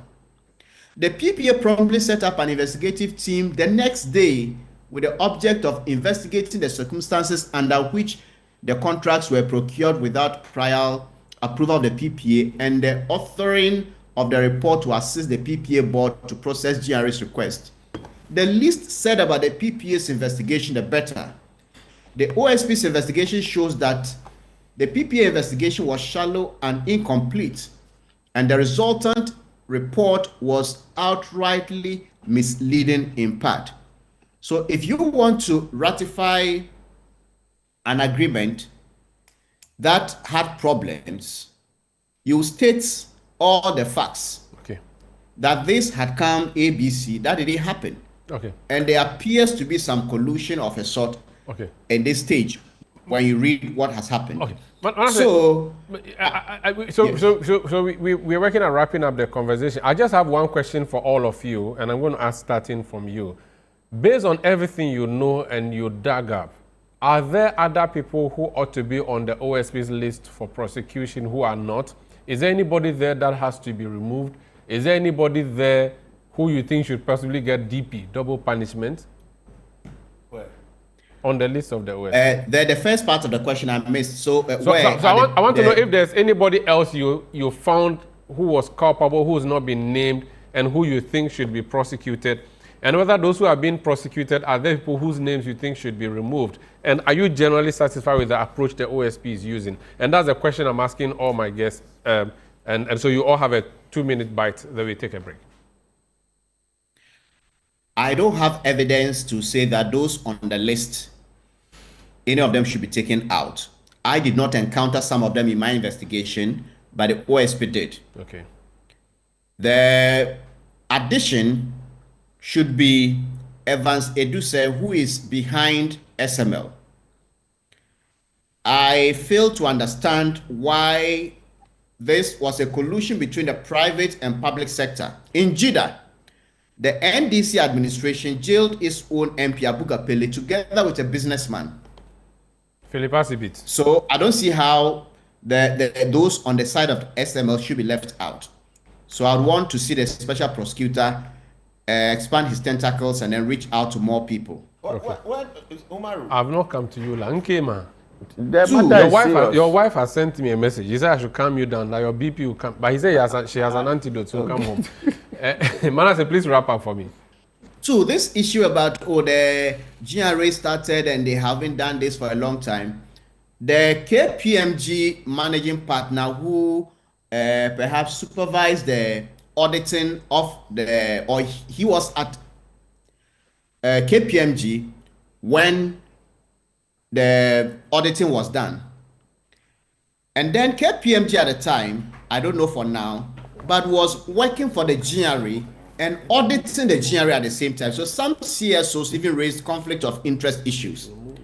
The report from KPMG had very misleading conclusions that sought to somehow whitewash the deal. And the person who was at KPMG is now heading GRA. If he takes pages 157 and 158 of the KPMG report and he reads it, and he sits at the GRA and still thinks that SML should continue, then I would say he is not fit to hold that position. Thank you. Thank you so much, Manasseh Azuri. Franklin Kujo, are you on this list? Are there people you think should be brought? How soon should the OSP go to court? Are there people whose names should be removed? Oh, I'm not too sure. I think with immediate effect, they should just go ahead and bring everybody to book. Everybody who had a role to play in it should be brought to book. So for me, I think it's a fine list. It's a fine list. So the approach is good. We should proceed. Alhaji Nusaf Hussaini, Martin Kpebu told me on Eyewitness News that the OSP has decided to close the stables after the horses bolted. And for him, the special prosecutor should not have sat and watched acquiesce, I think is the word he used, he called him the prized jewel, who is Ken Oforiatta, to run away to America. Then he says he's going to court and prosecute him in absentia.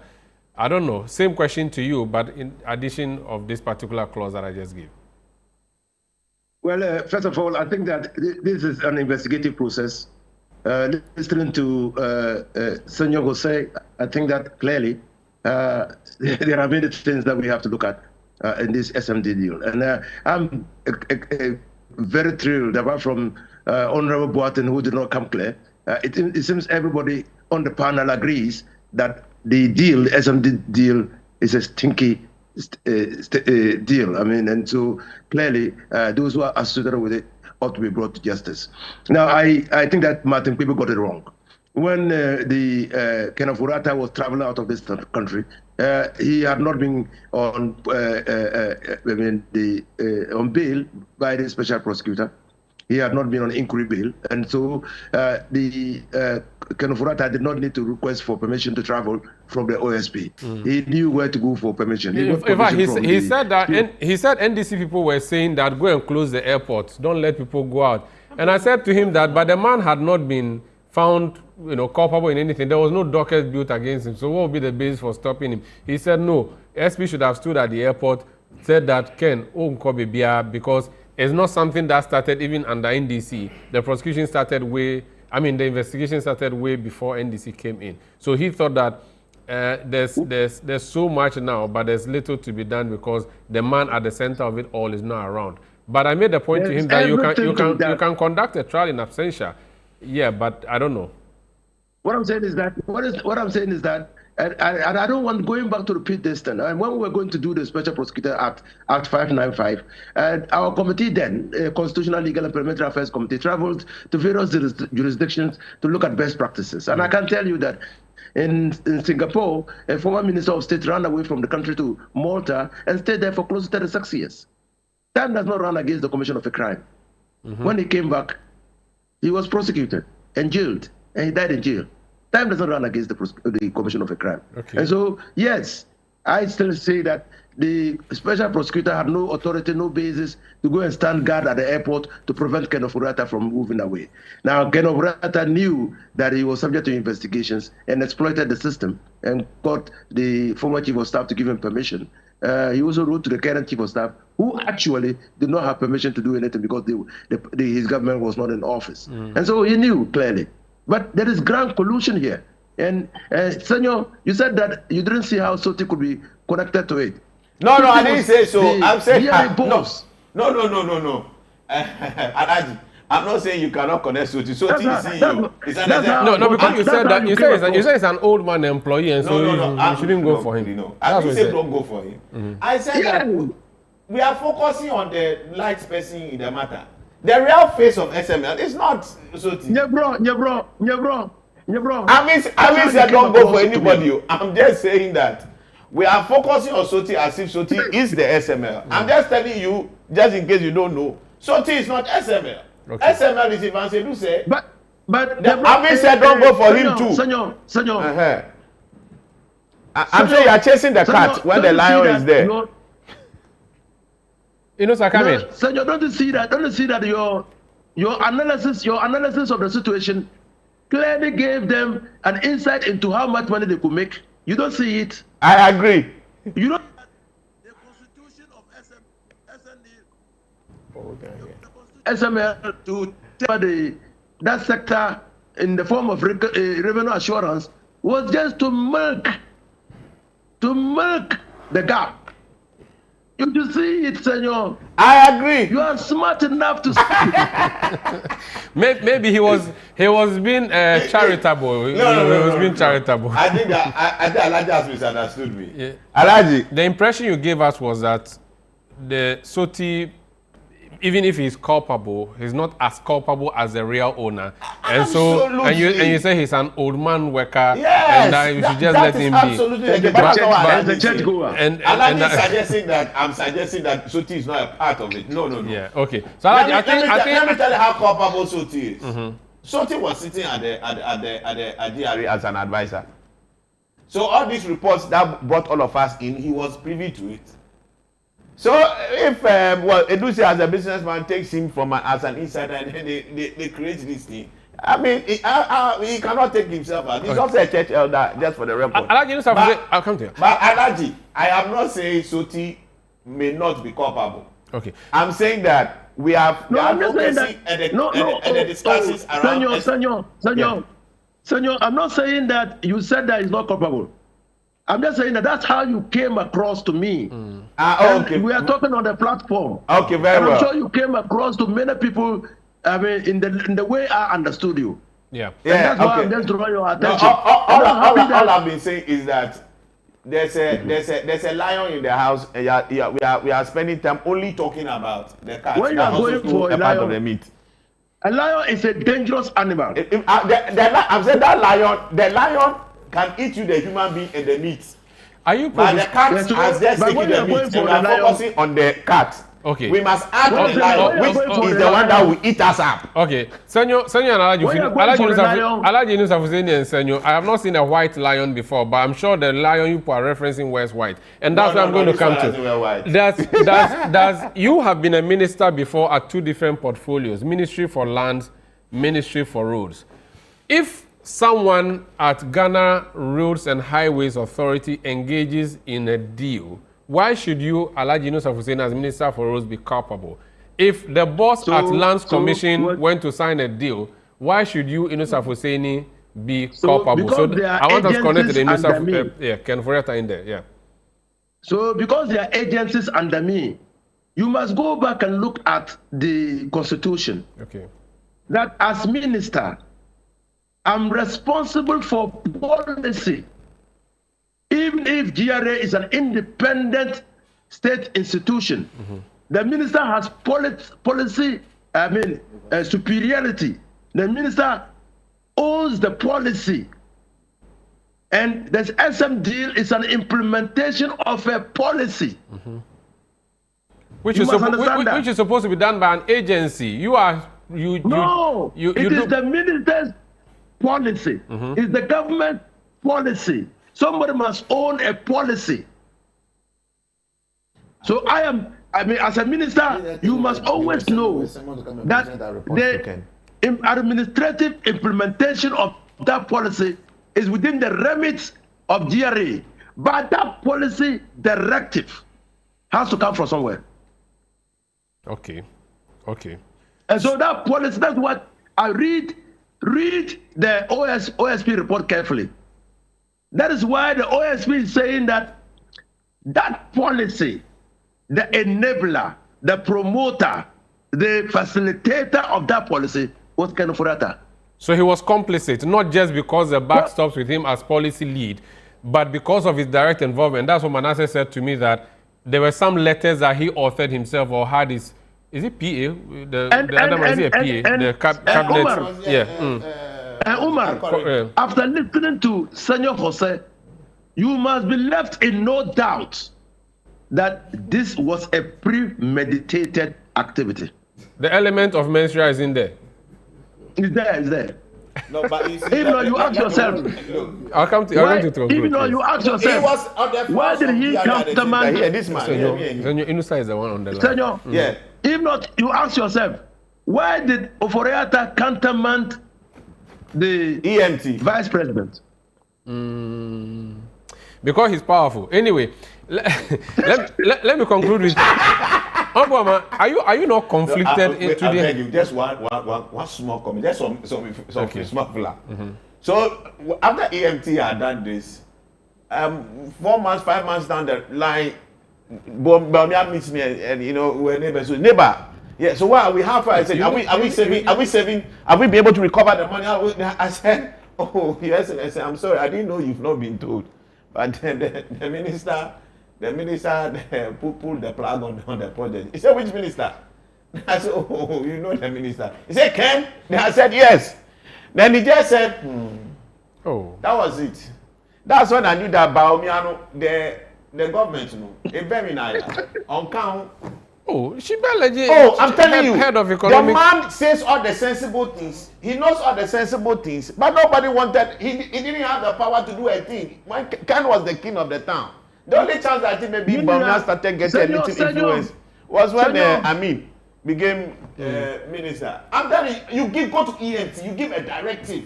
Agency, you call emergency EMT And the because minister of this thing. and bring you back from Dubai. Dubai was seated there. Maxwell, what's the name? No, the first deputy governor was seated there. They bought a full house, and they gave a directive. You can reverse it. White man, do you say prayers? Do you quote Bible? Honorable, are you not conflicted because you were at GRA? So are you defending GRA? Are you defending SML? Not at You are all. a member of parliament now. You are a member of the MPP. You put sign this thing. This man met me in front of a Fidelity Bank and he said, Senyo, this man, he said, so you open your map and change your map. I'm here. Senyo, You know, things that were said to you in confidence. this is not you don't- confidence matter. This is not confidence Senyo, matter. in front of An Fidelity- official report was made. Senyo Hosi. So me, I'm waiting for him Senyo to change Hosi. his Senyo map. Hosi, you are my brother. Okay. When someone says to you something in private, you don't come. It's not private. He can't come and change his map here because he's a politician. He met me car park Fidelity Bank front when he was running for MP. He was still at GRA. how long he ago? cannot change his map about what he knows about this transaction. Which year? Which year? He's now sworn allegiance to the constitution and the people of Ghana. He must defend the cause of this country at any point in time, irrespective of the interests of his party. So I expect you to show and speak your true thoughts. The elephant is there. Please speak to me. Ignore Senyo. Pretend you didn't have that meeting in Fidelity. Oh, we met at Fidelity. Okay. Any, do you stick to it or you would want to depart because now you have gathered more filler? Oh no, I think first and foremost, I have always tried to situate this in the context of GRA as an entity, an organization trying to do business with stakeholders or companies to promote its set objectives. And of course, if GRA does anything that later turns out to be that they were not done following due process and the rest, that is why investigations are carried out and we are where we are today. My final conclusion on this matter is that the intention of GRA to use other companies to assist GRA in meeting its objectives, including raising revenue, is not the way we are trying to stipulate this one, that SML contract was signed with only one objective, to milk from it.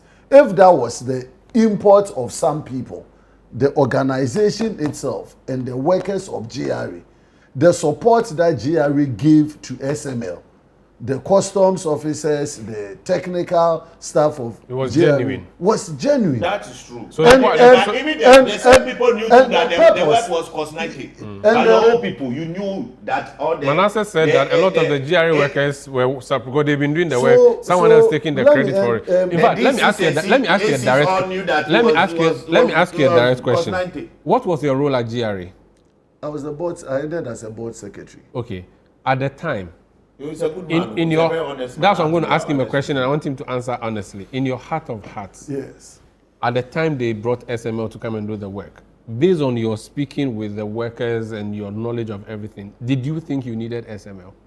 I think, GRA, like Senyo said, this whole thing, I've been with Senyo from the beginning. So there was a real need to plug that loophole. Okay. But as to how we were going to do it, That's a different matter. was when the conversation began. Senyo has done all the narration. So there was a problem GRA needed to fix. Okay. Okay. And one way was what SML came in. But how SML came in and how they were doing it and the cost implications of it were value for money, that is a different So that's the question I've been asking all morning, whether genuinely we needed an SML in the room. We needed. So we needed that somebody, we needed the support. So it is how SML did the work and how much we paid. Exactly. That is questionable. Exactly. Okay. That is why people are raising concerns. Okay. Because as Senyo said, if to one person it may cost $1 million, to another person it may cost $5 million, and to another person the businessman is bringing you $100 million, and you, the organization, you don't have what it takes to do value for money audit to situate it that this is not worth it. That is a different conversation to make. So the policy thing, Ilusa was saying. No, Franklin Kuju talked about what's the policy guide, and this is what should run us into, because in this current government, we will end another 4 years, and similar incidents will be happening. It is happening. It's not that similar incident will be happening. It is happening as I speak. So we should solve this.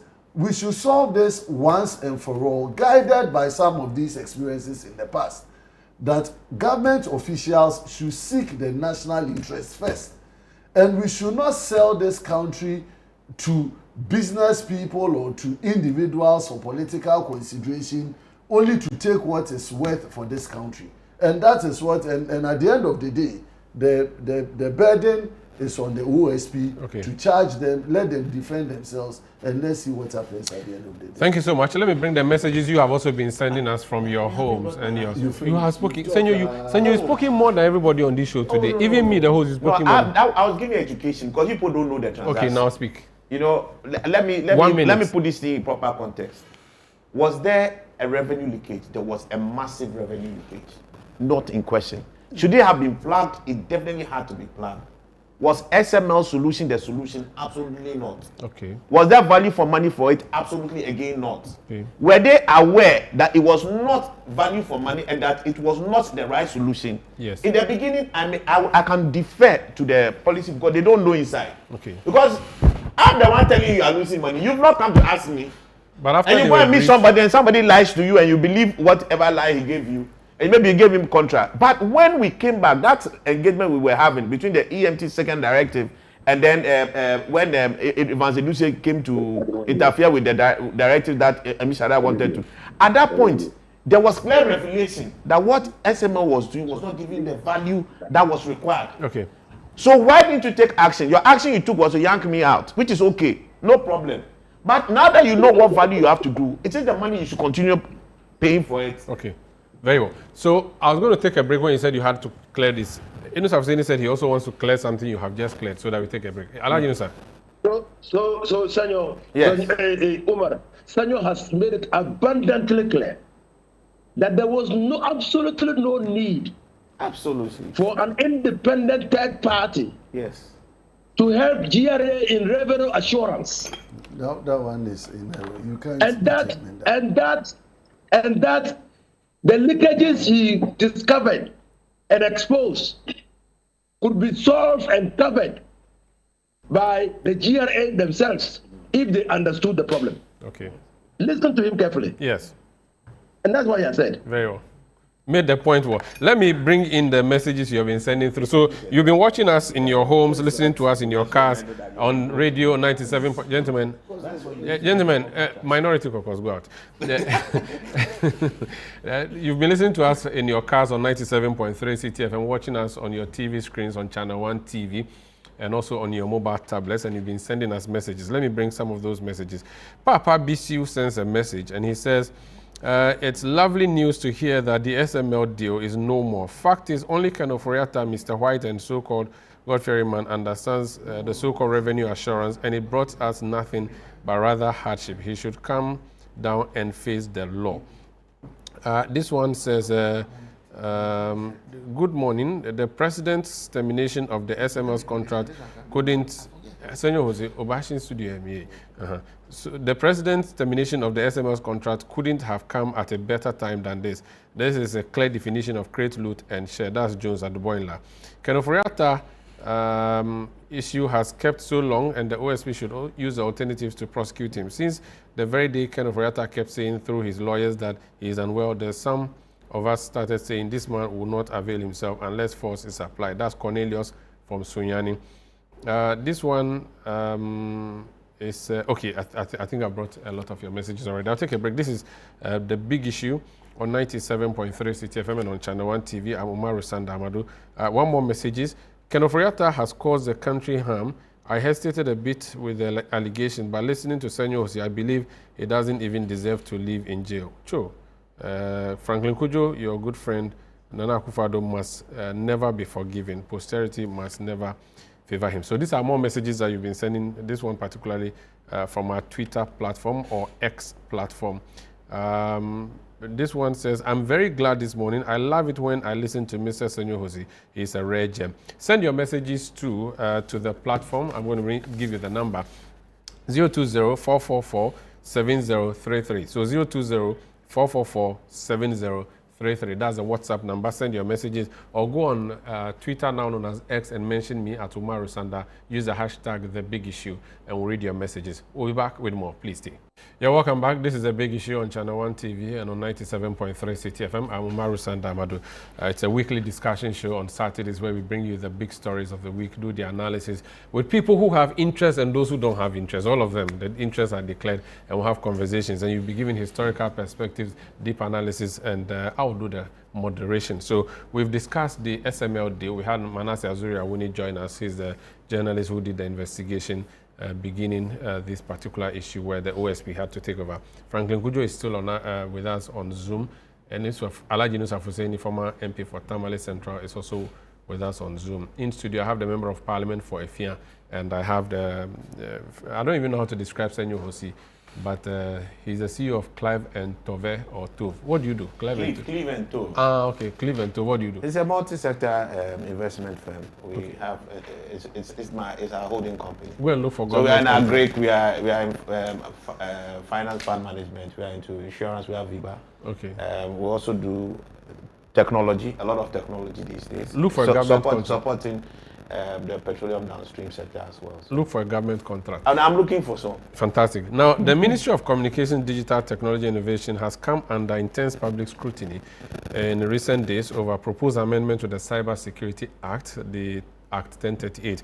Industry players have raised concerns about the new amendment bill that appears to give the National Cyber Security Authority sweeping control over Ghana's cyberspace. ChannelOne News' Jude Duncan has a summary of the story. The Ministry of Communication, Digital Technology and Innovation has in recent days faced widespread criticism following the introduction of the amended Cybersecurity Act 1038.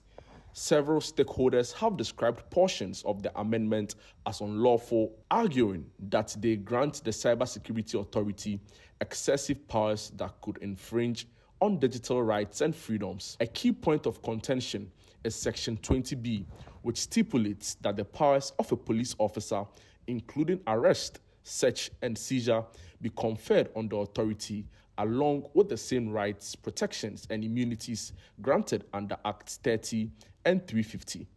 While some observers acknowledge the need to update Ghana's cybersecurity legal framework, many warn that the proposed provisions risk stifling innovation and hampering the growth of the digital economy. Another controversial clause, Section 57C, mandates that 30% of revenue generated by a certified cybersecurity professional practitioner scheme shall be paid into the Cybersecurity Fund. Speaking to ChannelOne News, Dr. Abdul Tia Kabiru Mahama, a member of Parliament's Information and Communications Committee, expressed concern over certain provisions of the bill, comparing some of them to the repealed criminal libel law. But clearly, if you read the bill, if you have the opportunity of reading the bill, you realize that it is incarnation of the criminal and seditious libel, criminal libel and seditious laws. Yeah. I have never seen where anywhere in any civilized jurisdiction, where insults constitute what you call. You can go under civil action against whosoever insulted, and you can go either for defamation or libel. So libel is not completely out of the books, but it's now become a civil. But to criminalize it is an issue. How do you say that derogatory information? So if I use very derogatory, description of a conduct of a minister, that can suffice as being in contempt of in the social media. That can be it amount to breach of the law of the act.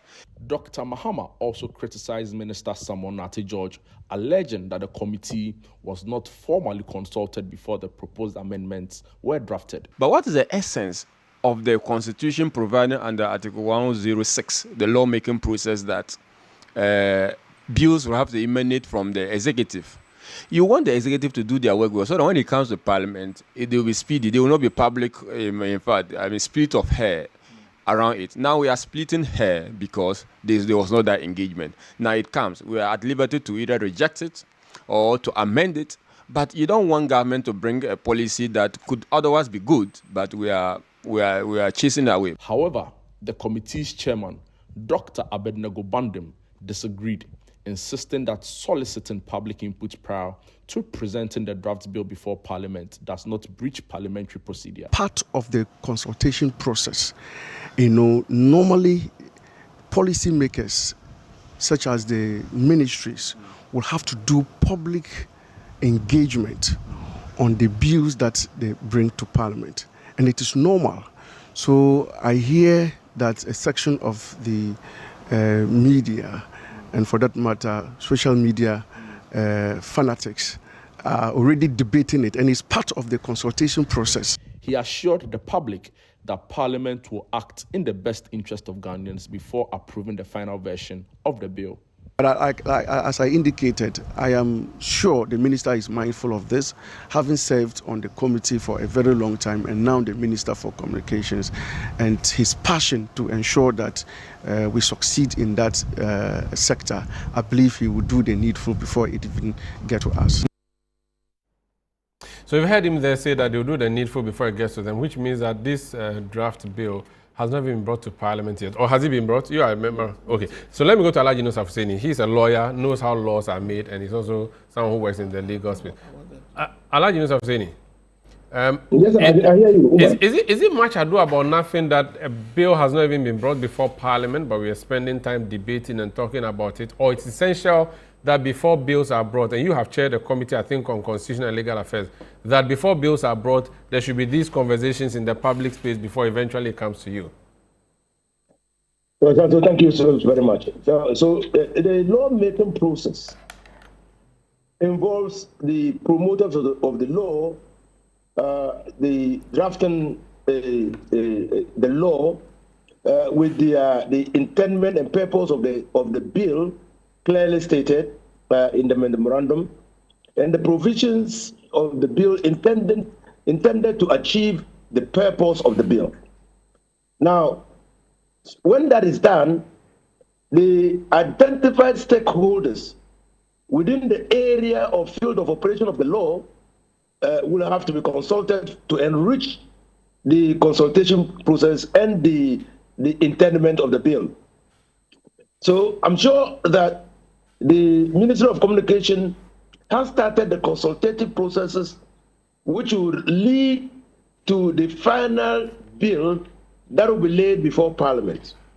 And when people go for such meetings, such consultative meetings, they're entitled to share their views. And some have strong views, which they cannot keep only to the committee or consultative process, but will share it with the outside public. That is not bad, because that also works to galvanize and shape the bill in a way that will meet the legitimate and reasonable expectation of the people of this country. And so that is a process.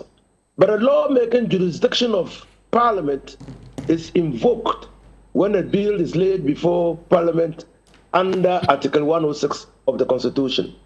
So until that bill is laid, in Parliament, gazetted and laid in Parliament, the lawmaking power of Parliament has not yet been invoked.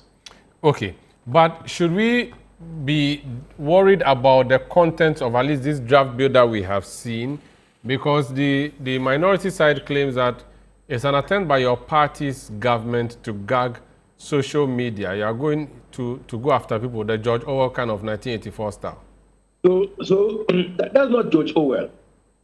And there's a wide difference between the draft bill, which is yet undergoing consultation, and the bill that will be presented to Parliament.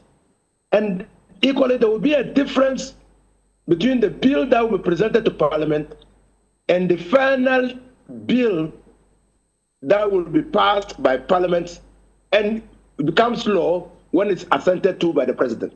So it's a whole trajectory of matters that will animate and inform what goes into the bill.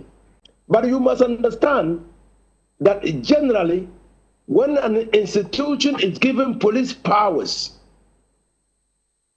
that institution is designed in a way to protect life and property.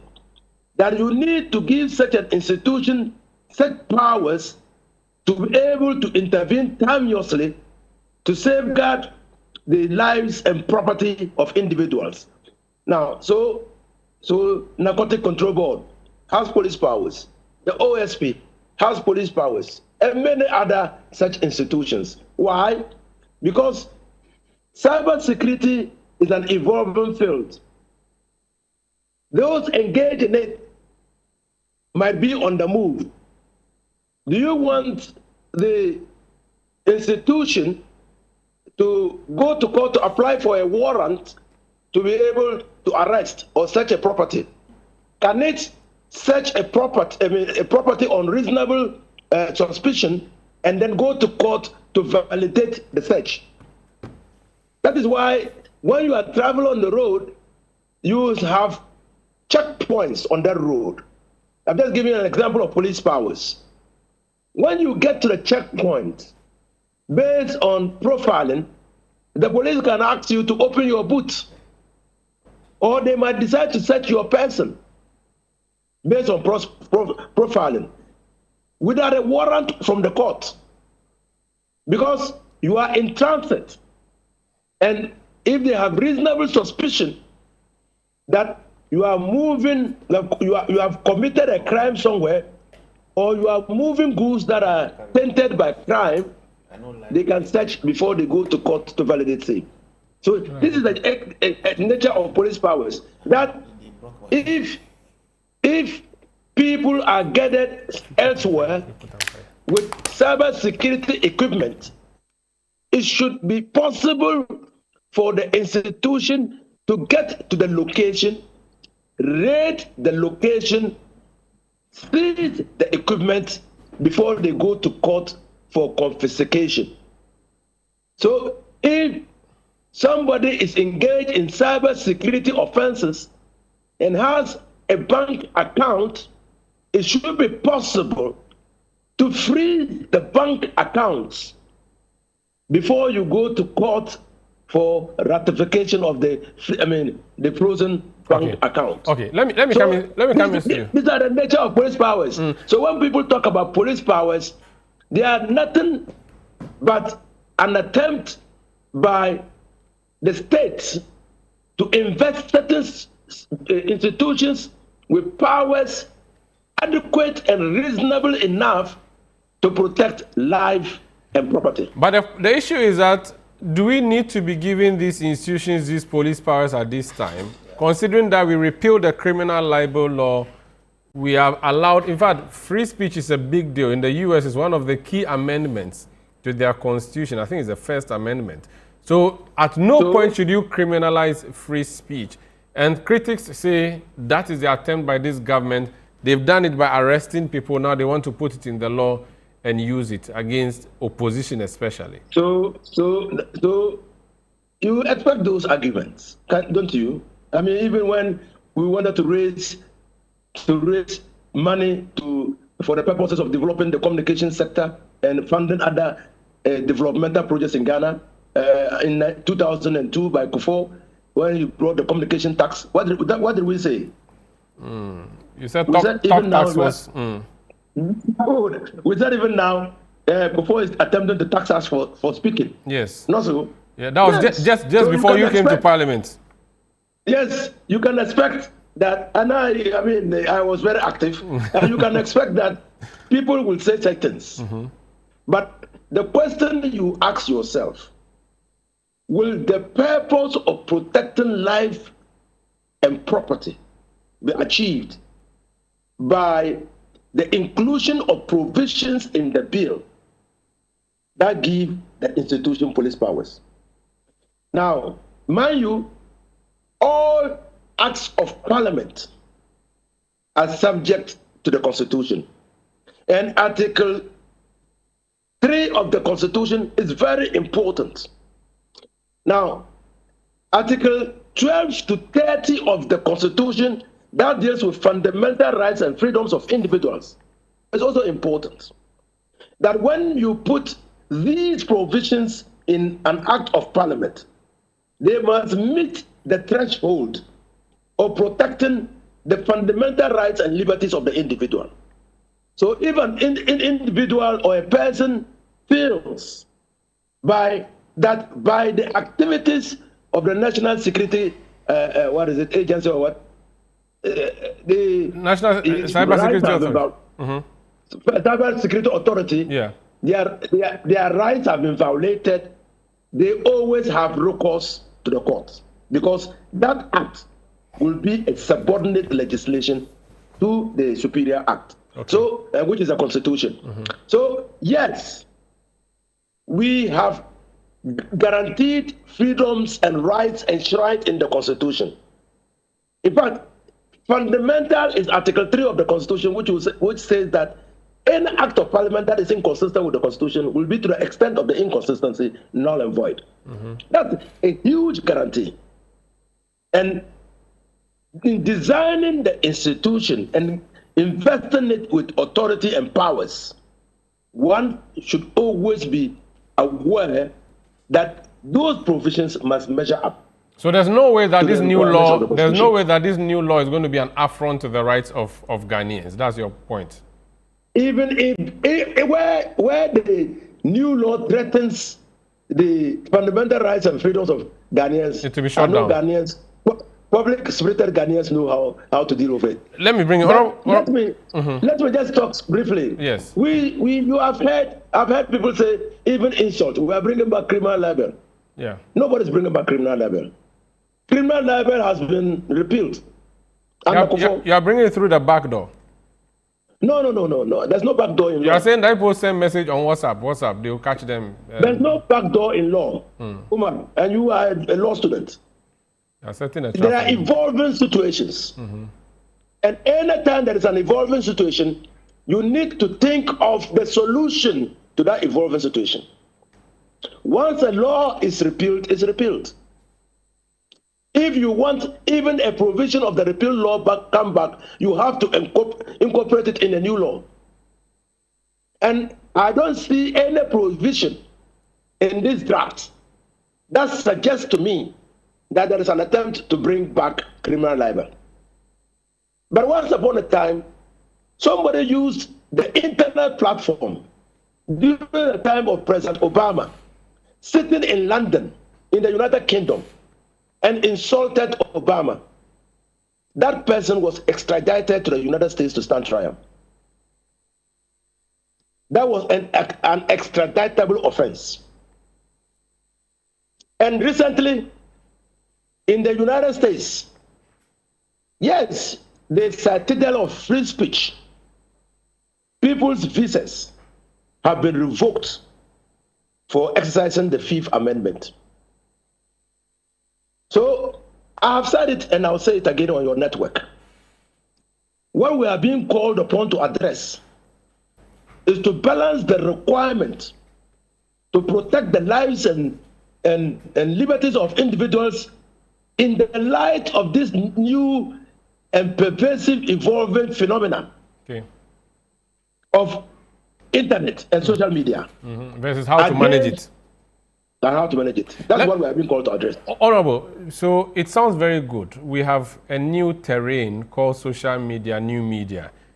You can't let people just operate in a vacuum. People go on insult and all of that. So you have to put a law there to regulate it. That's what they are going to do. How is this a problem?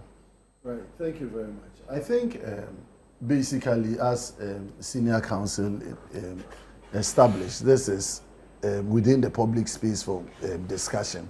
It will be coming to Parliament for us to now look at it in detail and then see the kind of amendments or comments we are going to pass on it. But in the shape and form as we find it, I think a greater number of Ghanaian people are concerned as to how some of the provisions are being made. Okay, so you ask yourself, we passed the Cybersecurity Act in 2020. Okay, so we basically 5 years down with. It was assented on the 29th of December 2020. So December we have 5 years. And a lot has happened post 2021 that the ministry will be interested in trying to review for purposes of our security amongst others. But critical in the provisions and the kind of amendments that they are proposing, two big areas come up for worry. And that is why one aspect of it is the policing powers. But then I would like to look at even the governance structure around it. Because if you don't get your governance structure right, you wouldn't even be able to get the benefit and the purpose for which the act is established to be. So we always talk about having the laws, having the beautiful regulations, but at the end of the day, we are unable to achieve our goal. You have an act, if you look at the section 5, the composition of the board, it has an 11-member board, okay? It will have. Yeah, I'm saying it will have, futuristic. No, it has, the current board. Oh, you're talking about the current act. Yes, Okay. The current act have. Which act do you have now? The Cybersecurity the Act. Cybersecurity Act. 2020 Act. 2020 Act. Yeah, okay. Act 1038. 1030 is land. Section 5 gives us an interesting composition. The governance of the authority, governance of the authorities governing board.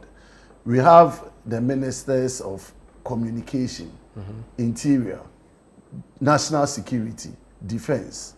So you have 4 ministers there.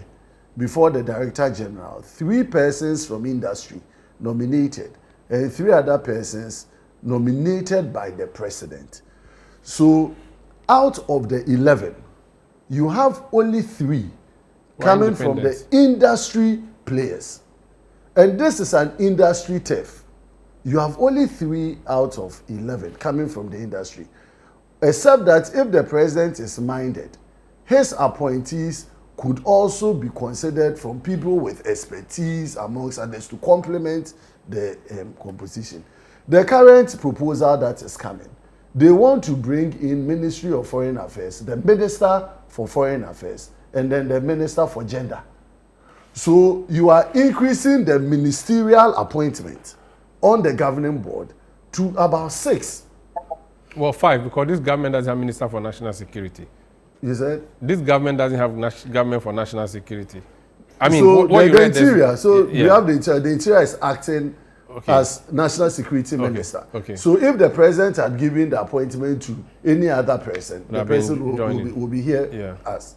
But you don't understand why they add gender, though, because the children and their rights and the social media. No, so that is why I'm talking about the governance structure.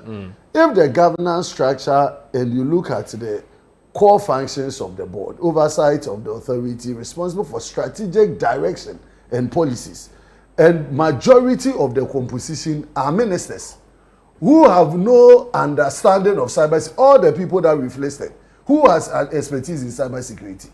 They would be briefed by their officers. No. You know, you have to make sure that the people that sit on the board, at least if you have some ministerial presence, yes, but you should rather improve on those who have expertise in the space. Why do you want to have a ministerial presence on a so if your interest, if your interest is increasing more ministers, and currently, surprisingly, if you check the current board composition, you don't even have one, and I'm saying you don't have even one expert of cybersecurity as appointed by the president. So the entire board as it sits today, the current 11-member board, there is not even one, apart from the Director General, who has any background in terms of experience. And the 3 from industry, they would have. So the 3 from industry and the Director General, maybe those 4 would have experience. Then they... So then you weaken the policy and the governance structure that is going to guide the running of it.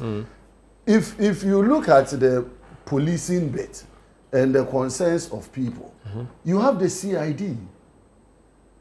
You have the police CID there for you to for them to handle issues about arrest, about prosecution, and then all.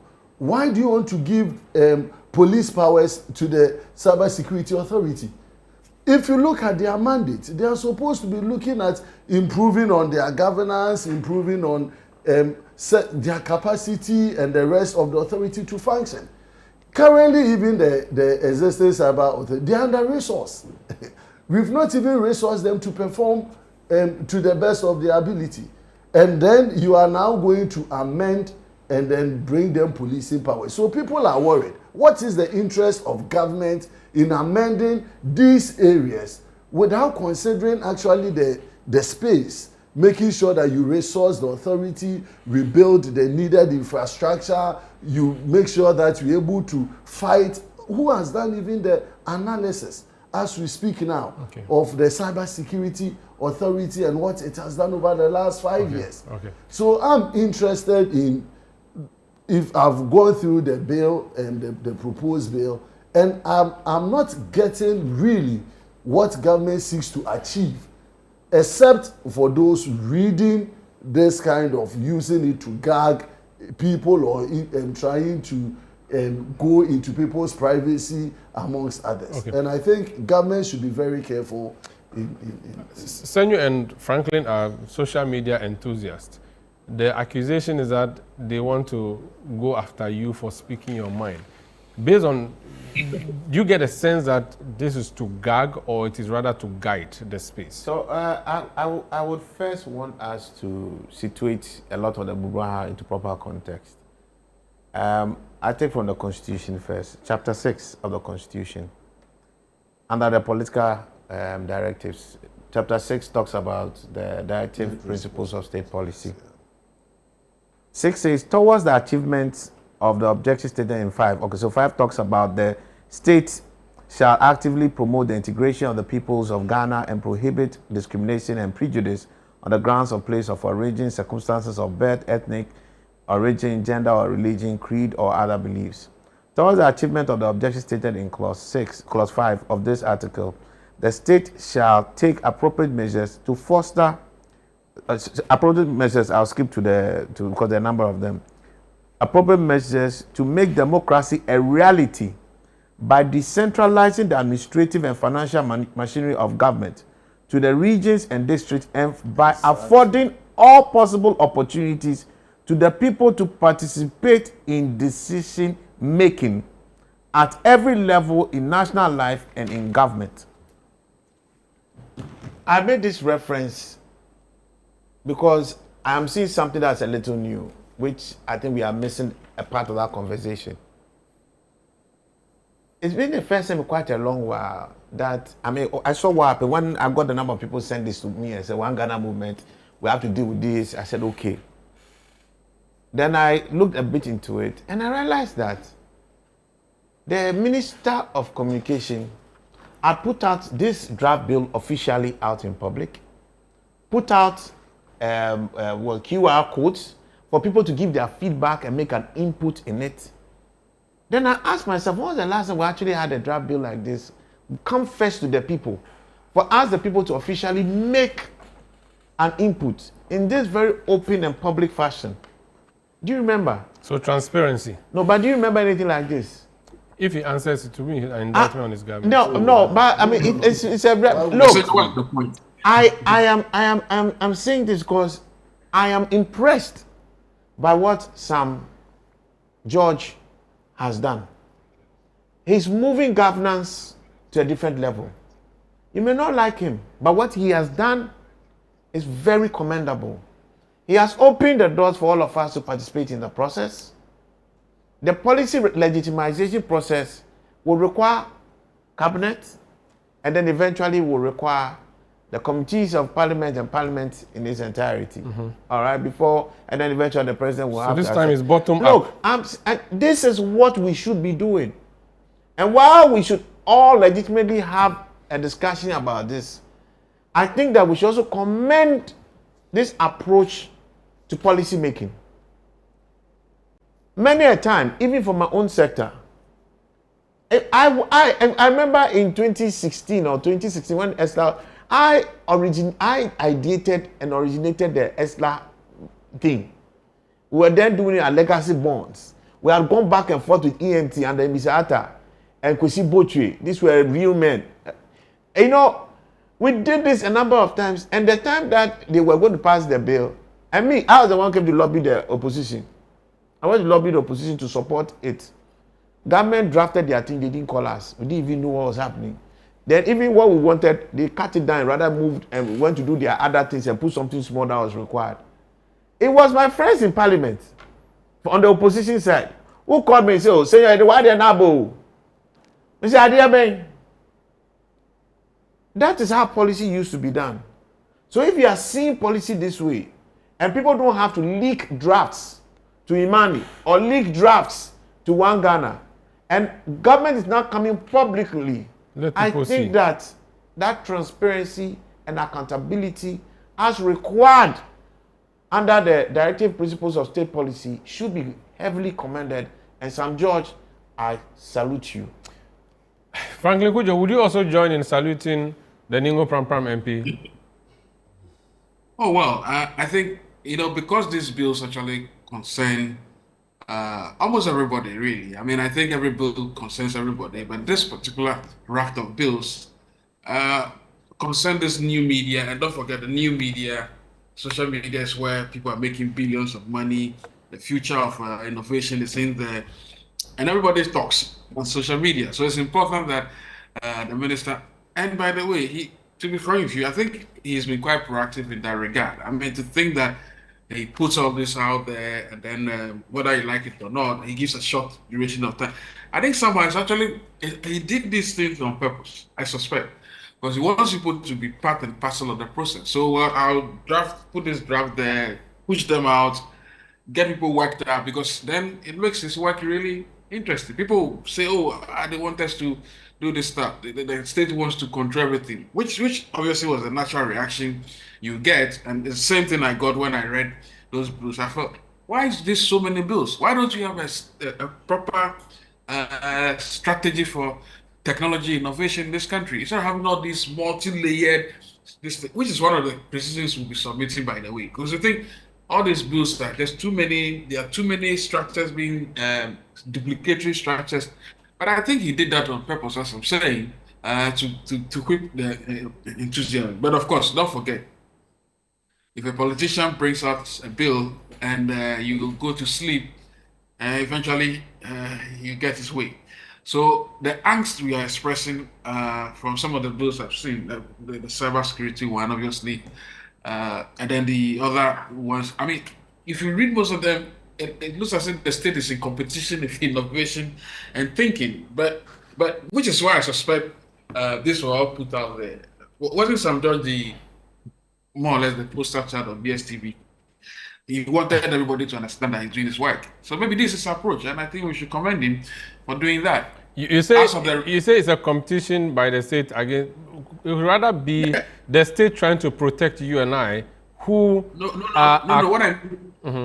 What I mean by competition between the state and innovation is that, look, listen to what I've forgotten the gentleman in the studio when he read the member of parliament.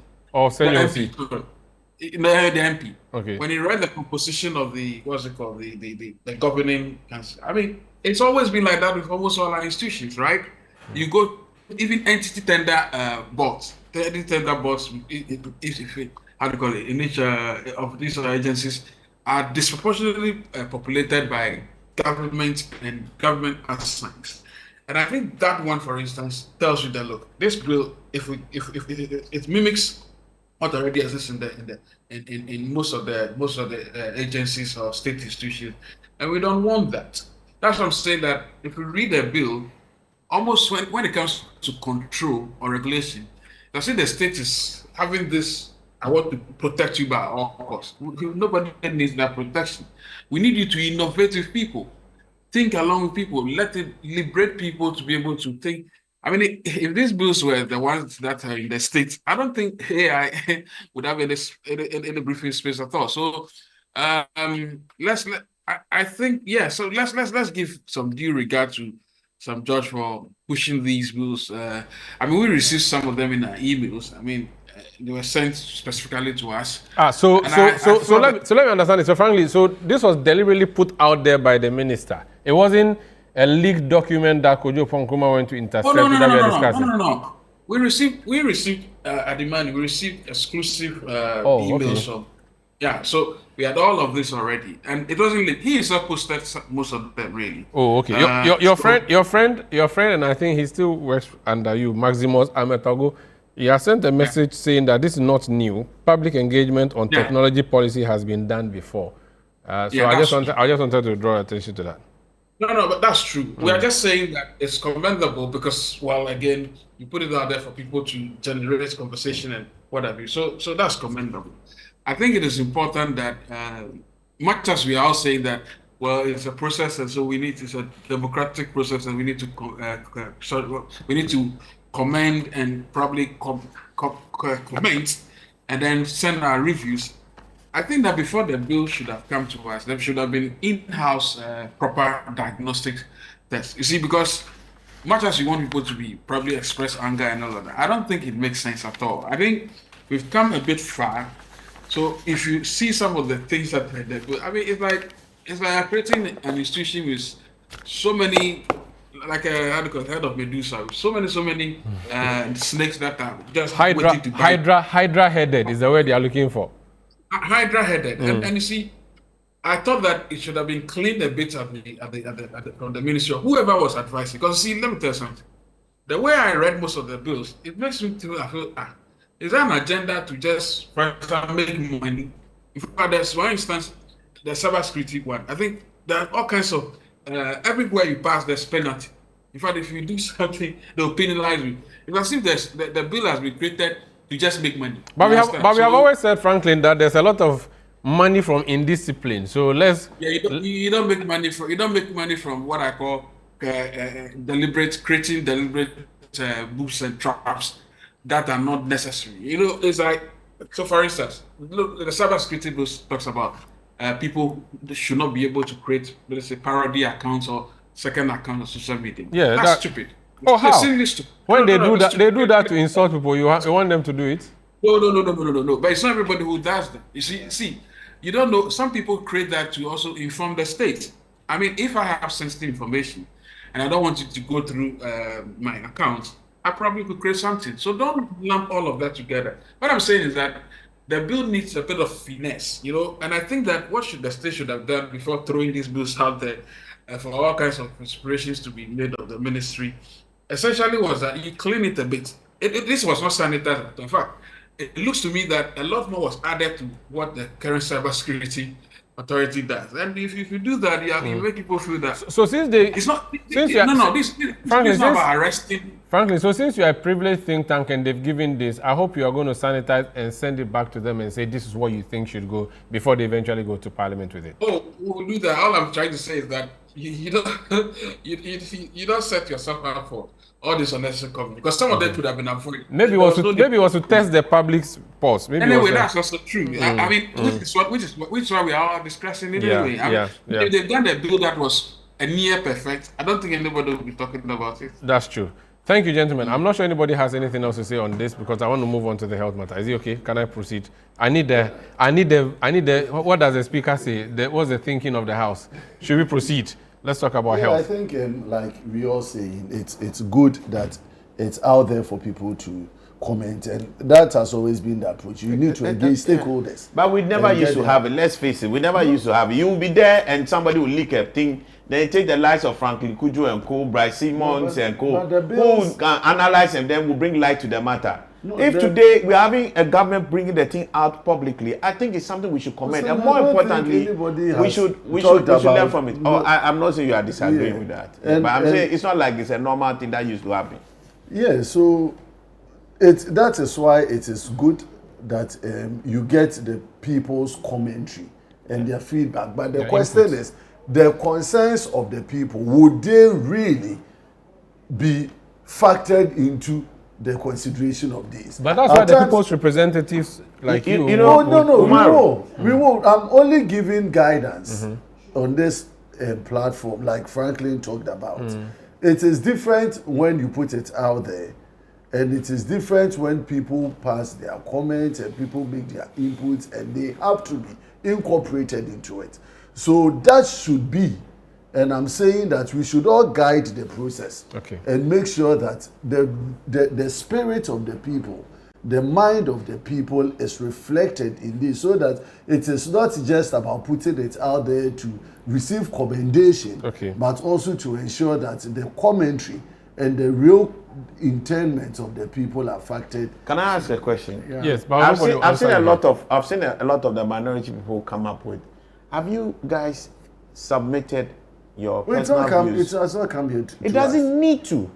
You are citizens of the state. Have you sent this draft to your people and asked them to make inputs? You mean people in the as a caucus? You guys should start making your input at this stage. You don't say you should come to Parliament first. No, we do. Make your technical and your professional and your policy inputs in these bills now. We do. Go to your constituency and encourage your people to all go online to also make their inputs. We do. You should be able to start lobbying your constituents to start advocating for particular positions you think. Because this is the first time I'm getting a whole public, such a thing open to a whole public. If you have 1 million Ghanaians advocating a common position, it will definitely shape how policy would evolve. But I hope, because I've still seen your people talk, people don't just focus on the politics of this matter. We must focus on the policy of this matter. Of course. So you should. I don't like when I hear people who have power not utilizing the power constructively. And so I appeal to you, bro. Let your caucus make an official submission. Go and lobby your constituents to also go online and make the submissions, advocate your positions. You start influencing it now. After the Parliament, you and I know that you people, you are skeletons working inside the whole thing. They are not skeletons. Oh, the mighty minority. Mighty minority. The mighty has been removed. It's now minuscule minority. But they call them micro minority. Whatever happens in other place, no, it won't work. Okay. So this is the time that you guys have to lobby. All the technical people who are shouting, it is not a leaked bill. Government has come through the front door on this matter. For me, for one of the first times in a very long while, if not the first time ever for me. So please, dear people of Ghana, go online, take on the QR code, make your inputs, your analysis, make your submission. The more people repeat a particular strong position, the better we have a chance at shaping it the way we want. The last one, Sam George, we know you have tried, but you have to extend it. Because for most people, they are also now really knowing that you even had anything open. You try, but I beg, extend it. At least give us on 2 or 3 weeks. Maybe 1 month to look at it. Yeah, let's go inside the matter where we're. Very well. Let's go to the health sector now. There's something that's happening there. I don't know anything around that or not. So the previous administration awarded a contract to an entity to manage your health system at the various hospitals. This government has come up and says that that particular entity was engaging in a sabotage against the government. And because of that, they've introduced or brought new people to do the work.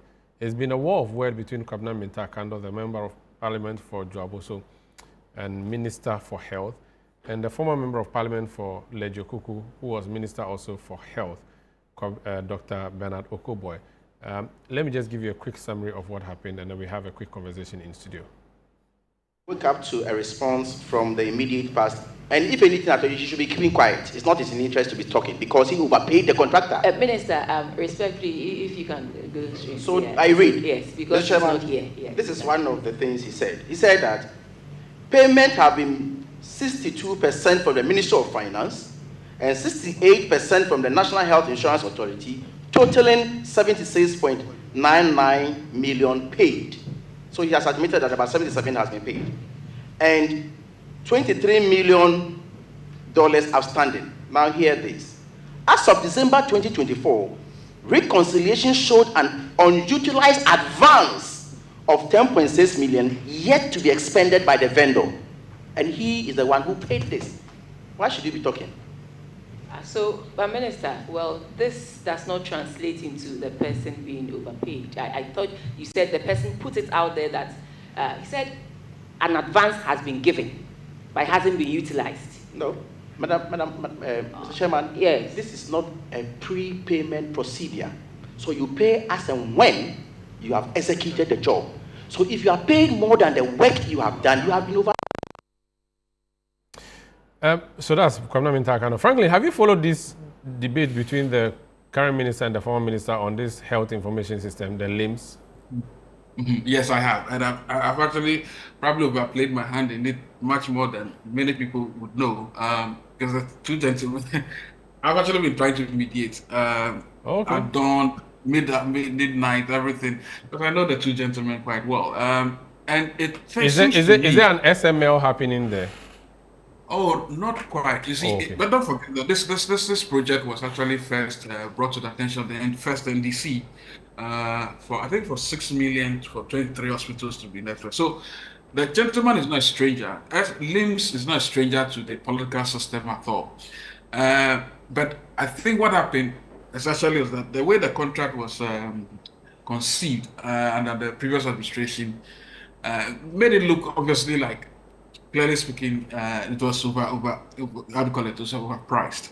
I mean, we initially had concerns about that. We even had concerns about the fact that we didn't allow small players to be part of it. And so there was a time when we had to even negotiate between the gentleman and small other players who wanted a piece of the pie. I recall, he was in town, we did all of that. But because he had an exclusive contract, he needed to do what he had to do.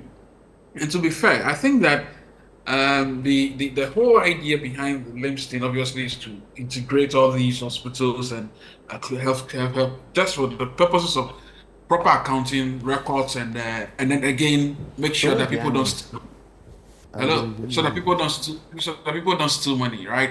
So I think so that was the whole import. But are we better off now that there's a new plan departing from the previous contract, considering that the minister says the previous owners, they were dictating to us, they didn't want to give the data to us, so we said, listen, forget, we are going to bring new people. Are we better off now under this new Akando deal? Well, actually, that's a good question. And I think I'm a bit reticent to suggest that we are better because we haven't seen what the replacement system is going to look like. I think that the minister, I've told the minister to be sure that whatever is procuring has proper value for money done, audit done, and proper tenders done, so that we don't repeat what was done earlier. And and again, it looks as if we may struggle a little bit because you see, this health record thing is not easy. So look, I was suggestive that look, they should go back and do whatever they have to do, settle the guy if they want to, and then let him complete the rest of the infrastructure. They say he's refusing to give the thing to us, so you should go away. That's a bit of another disappointment because I thought that while we're talking, some of these interventions could have been avoided. So look, the minister also is a new minister, and in this reset agenda, he has every right to express his displeasure, especially when the person negotiating also seems to suggest that if you don't pay me, hey, I'm going to do this. For me, that was not, I wouldn't say that was a particularly wise idea. Very well. Let me end it here with you, frankly. Let me go to Alhaji Yunus Afseni. Alhaji, you were a minister again. I keep referencing that because of the knowledge you have. Would you move in and stop something of this nature? Would you ask for an audit to be done what should be the approach? So first thing is to evaluate, it's a contract. So you have got key performance indicators in the contract. So if was it a 2-year contract? It was a contract.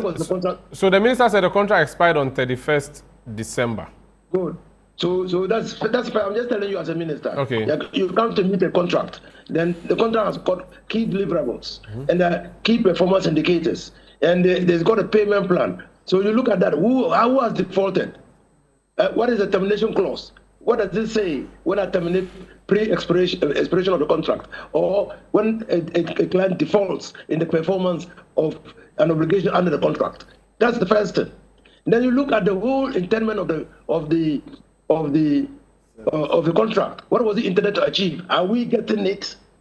Is the contract actually giving us what we bargained for? Because you're going to make a case at the cabinet. You're going to make a case to the Ghanaian people. I mean, we don't want these contracts which have been signed in the dark, taking over our lives and taking over the discussion and airwaves. We want to ensure that when Ghana's money is spent for good purpose. And as a minister, you are uniquely placed to do that, to assess the contract. Now, I was shocked. Hey, Ghanaians are making money, or people are making money. Some Ghanaians. I was shocked. They said Okoye says that the contract is a Ghanaian, the company is a Ghanaian company. It means that a majority of the shareholders are Ghanaians. You just referenced the Afonso case, no? So I should tell you that's what the court said. So you can imagine that somebody has. It's not a bad idea. If you are using state resources to empower and enrich Ghanaians legally, you make the country prosperous. No one argues about that. But if the data and if the company harvests data of Ghanaians, they collect data, and the data is secured or unsecured and can be used for other purposes, you want to have control over the data. So where is the data? Okay. Who is keeping it? You will recall. The minister said the data is in India, or is being hosted in India. Okoye said it is sitting on the second floor of the Ministry of Health. The minister says the fact that you have a physical infrastructure there does not mean you have access to the data, and that the data access is in India. So that has been where they've been splitting heads over. Again, so the last thing I will say on this is that, Okoye has no obligation to defend the contract. He has no obligation at all. Because he's not a shareholder. Yeah. The contract is between parties. The government of Ghana and the other party. At the time Okoye was at the ministry, he was representing the government of Ghana. Now he's out of the ministry. It is not his tenure which is being reviewed. It's the contract which is being reviewed. Okay. And he must make a distinction between that and his previous role as a minister. Okay. The one representing the state now is the current minister. Okay. And so when he talks for the state. Very well. Thank you, Alhaji. When you listen to Okoye to speak, then you ask yourself, who is he speaking for? Thank you, Alhaji. Gentlemen, let's end that. From where my senior ended, when there's always a change of government, there's this craze to always make it appear as if every contract that is signed for the benefit of someone. But it is for good purpose. We have to know that these service deliverables are what we need as a country to develop and go forward. And so if a government comes in and you have concerns about this, you go back to the contract. Okay. What are the terms of the contract and the agreement? And then if you have concerns about it, you call the parties and then review where you want to review. Okay. But when we come to the public space and it is like we, the people of Ghana, are fighting amongst ourselves. For somebody For else. someone, No. It's very worrying. I don't want you to talk. I want us to end. No, I have to talk. Hey, my guy. 7 First seconds. of all, happy birthday to Evelyn Agbenyega. The key problem you have with this thing. Who is Evelyn Agbenyega? Yes. That is a different matter. Senyo. My wife is watching, so I'm safe. So look, there's a problem. Who owns that data? Yes. My It's the problem is, people of hold Ghana. on, I don't have a problem. People What, should I don't have a know problem with Ghana. the fact that there was a contract or no contract. It's what kind of contract our government signs Sign. over technology. How do you sign a contract that can hold this country to ransom this way? Something critical as health. Yeah. Who owns the data? Who has access to the data? All right. The software, what source codes are you deploying in it? And in all this, am I here $100 and something million? Is it something that proprietary? But they've given us 77. So I'm just saying that, look, for God's sake, let's look at this thing properly. Okay. Thank How you, Senyo. you are managing these technology contracts is making this country lose money. Thank you so much, Senyo. On the software. Control, cut Senyo's mic from me. Senyo Hosi is convener of One Ghana Movement. Inu Safuseni, former MP for Tamale Central. Isaac Boamanyako is NPP member of Parliament for Effia.